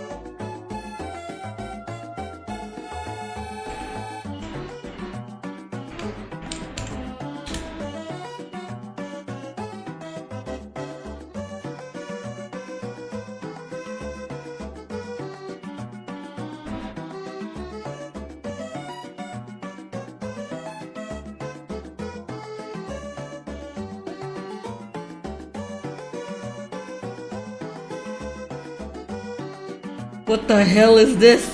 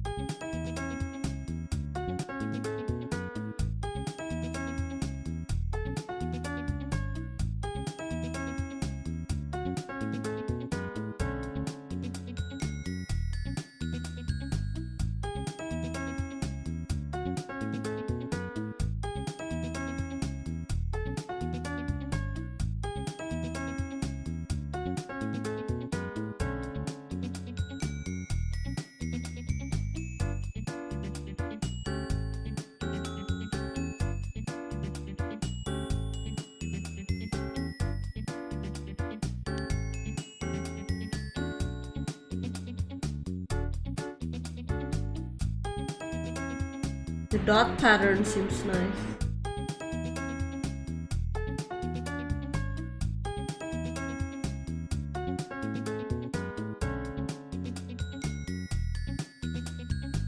Bright wood pattern.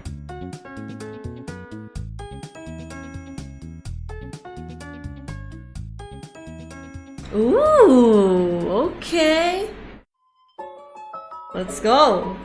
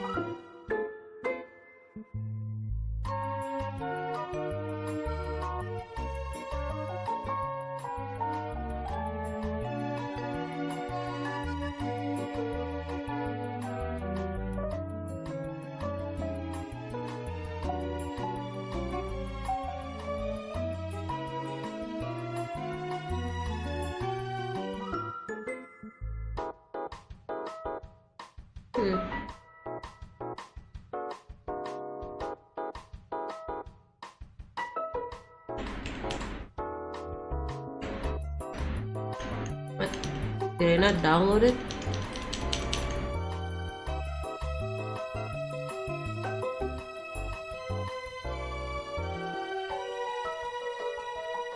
Memphis pattern. Okay, tileable. How do I use pattern in Clip Studio Paint?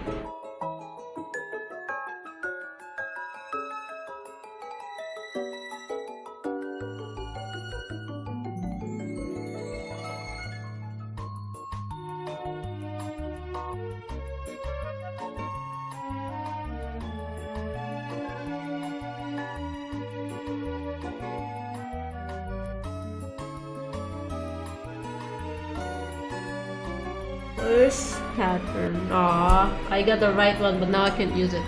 Alright, let me just look up first.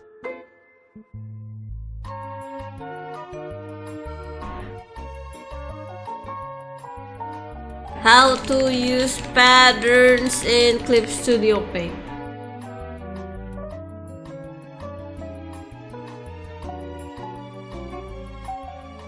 Oh, okay. File. Import pattern from image. That's not it. See.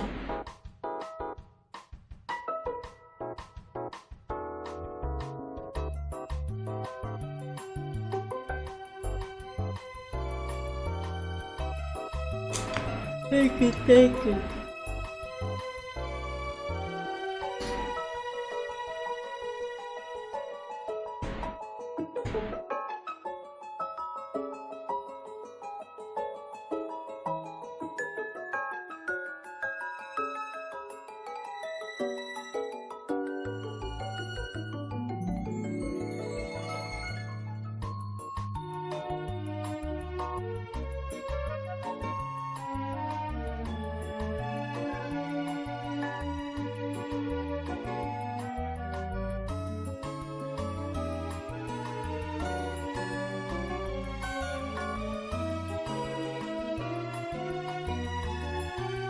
Hello, Namseki.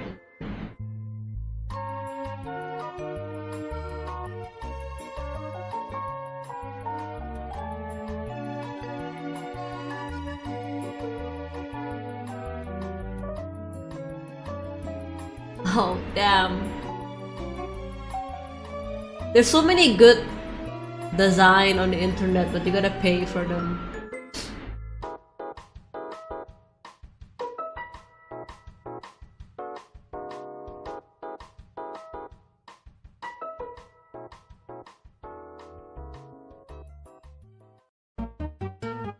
How do I use Styleable?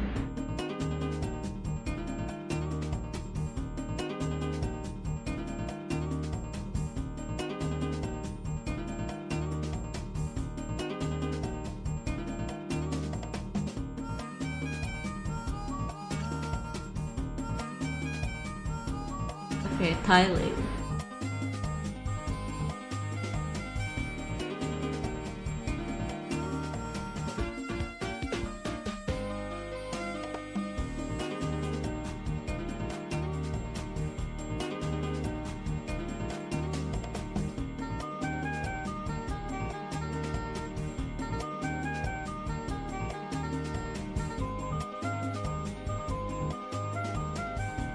Okay, okay.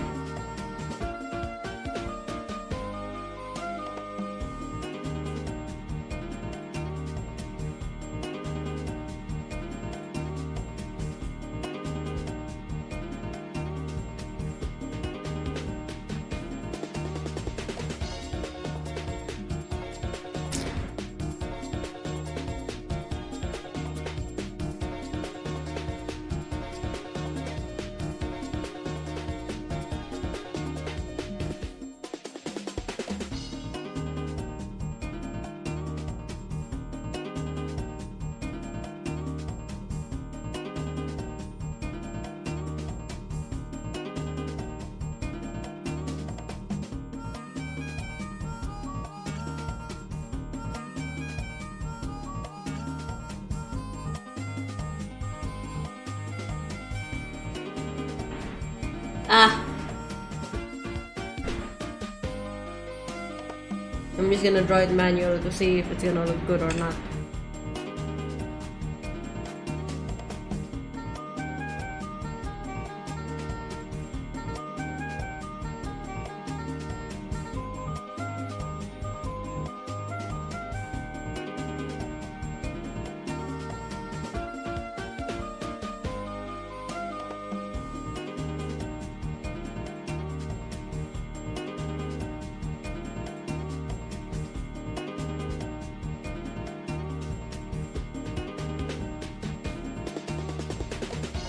Dang, it is gonna look good, but oh well, I'll just save it for now. Well, Abby, this is how it looks like for now.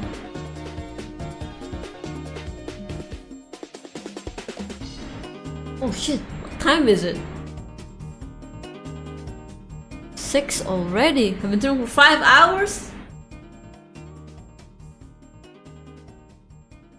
Gonna be drawing like the flower here, the eyes over here as well. So it looks like, you know, people could see the details more basically.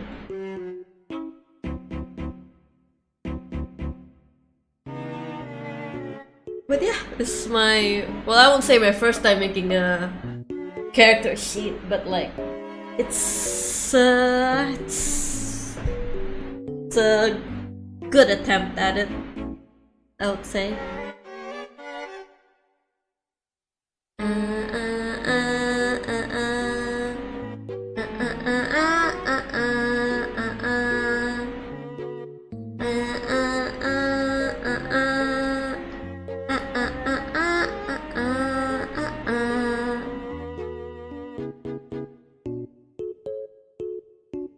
Probably gonna draw this with a symmetrical tool right here.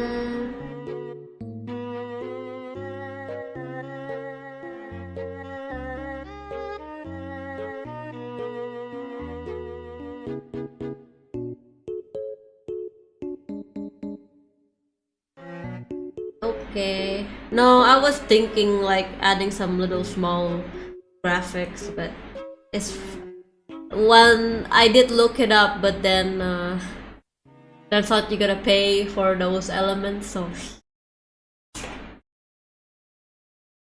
I mean, even if I could like draw it by hand, it's gonna take longer, and I'm afraid it's gonna like, you know, it's gonna be something at the back of my mind, basically.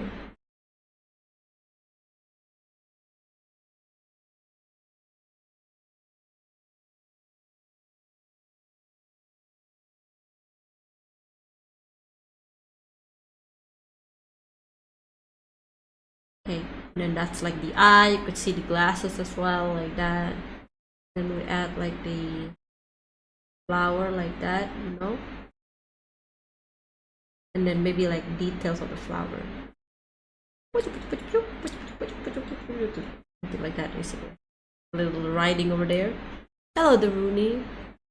What till things we're doing? I'm actually about to end my stream. As you can see, I've been streaming for 5 hours.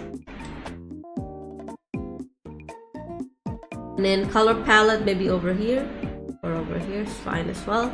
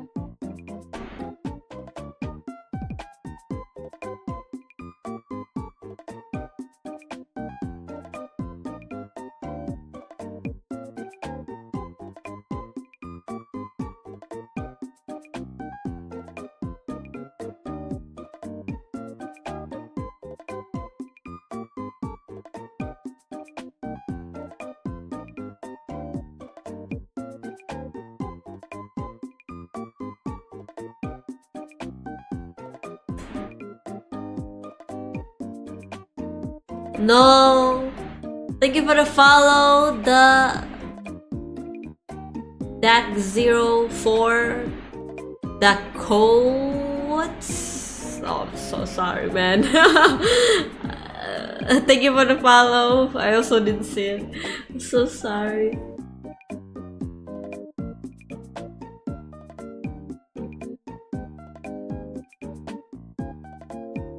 I think it's gonna be like this, basically. So like some details, maybe, you know, like maybe we would put the color palette over here, and then details about the character, maybe, I don't know, she like fried rice or something, would be over here.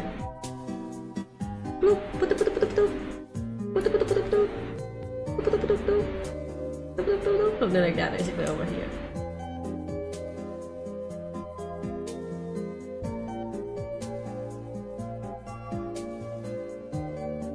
And then we'll probably put over here like big ass character sheet over up there, basically.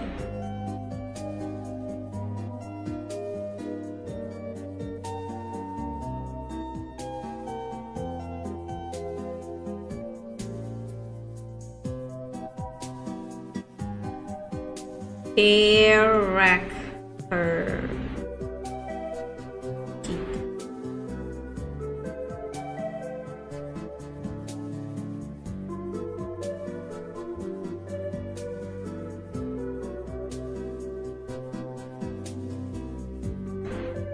Maybe it'd be a tall character.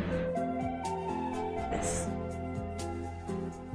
Tall letters. Tall letters, small spacing. Like that.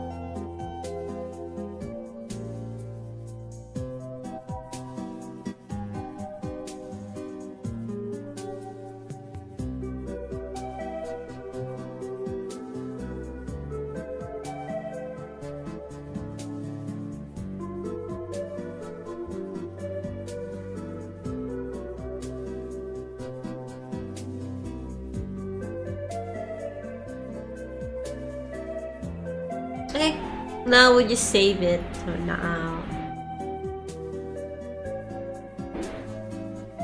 Tomorrow we're going straight to rendering. Yeah. Oh. I think we're gonna try to render 1, 2, 3. We'll try rendering these full bodies, and then the last one would be this two. And after that, we'll complete all the details at the side, basically. Okay. Enough working. Oh, you guys can see my monitor. Alright, I gotta go now. Thank you for stopping by, saying hi, and now goodbye. Bye bye. Thank you.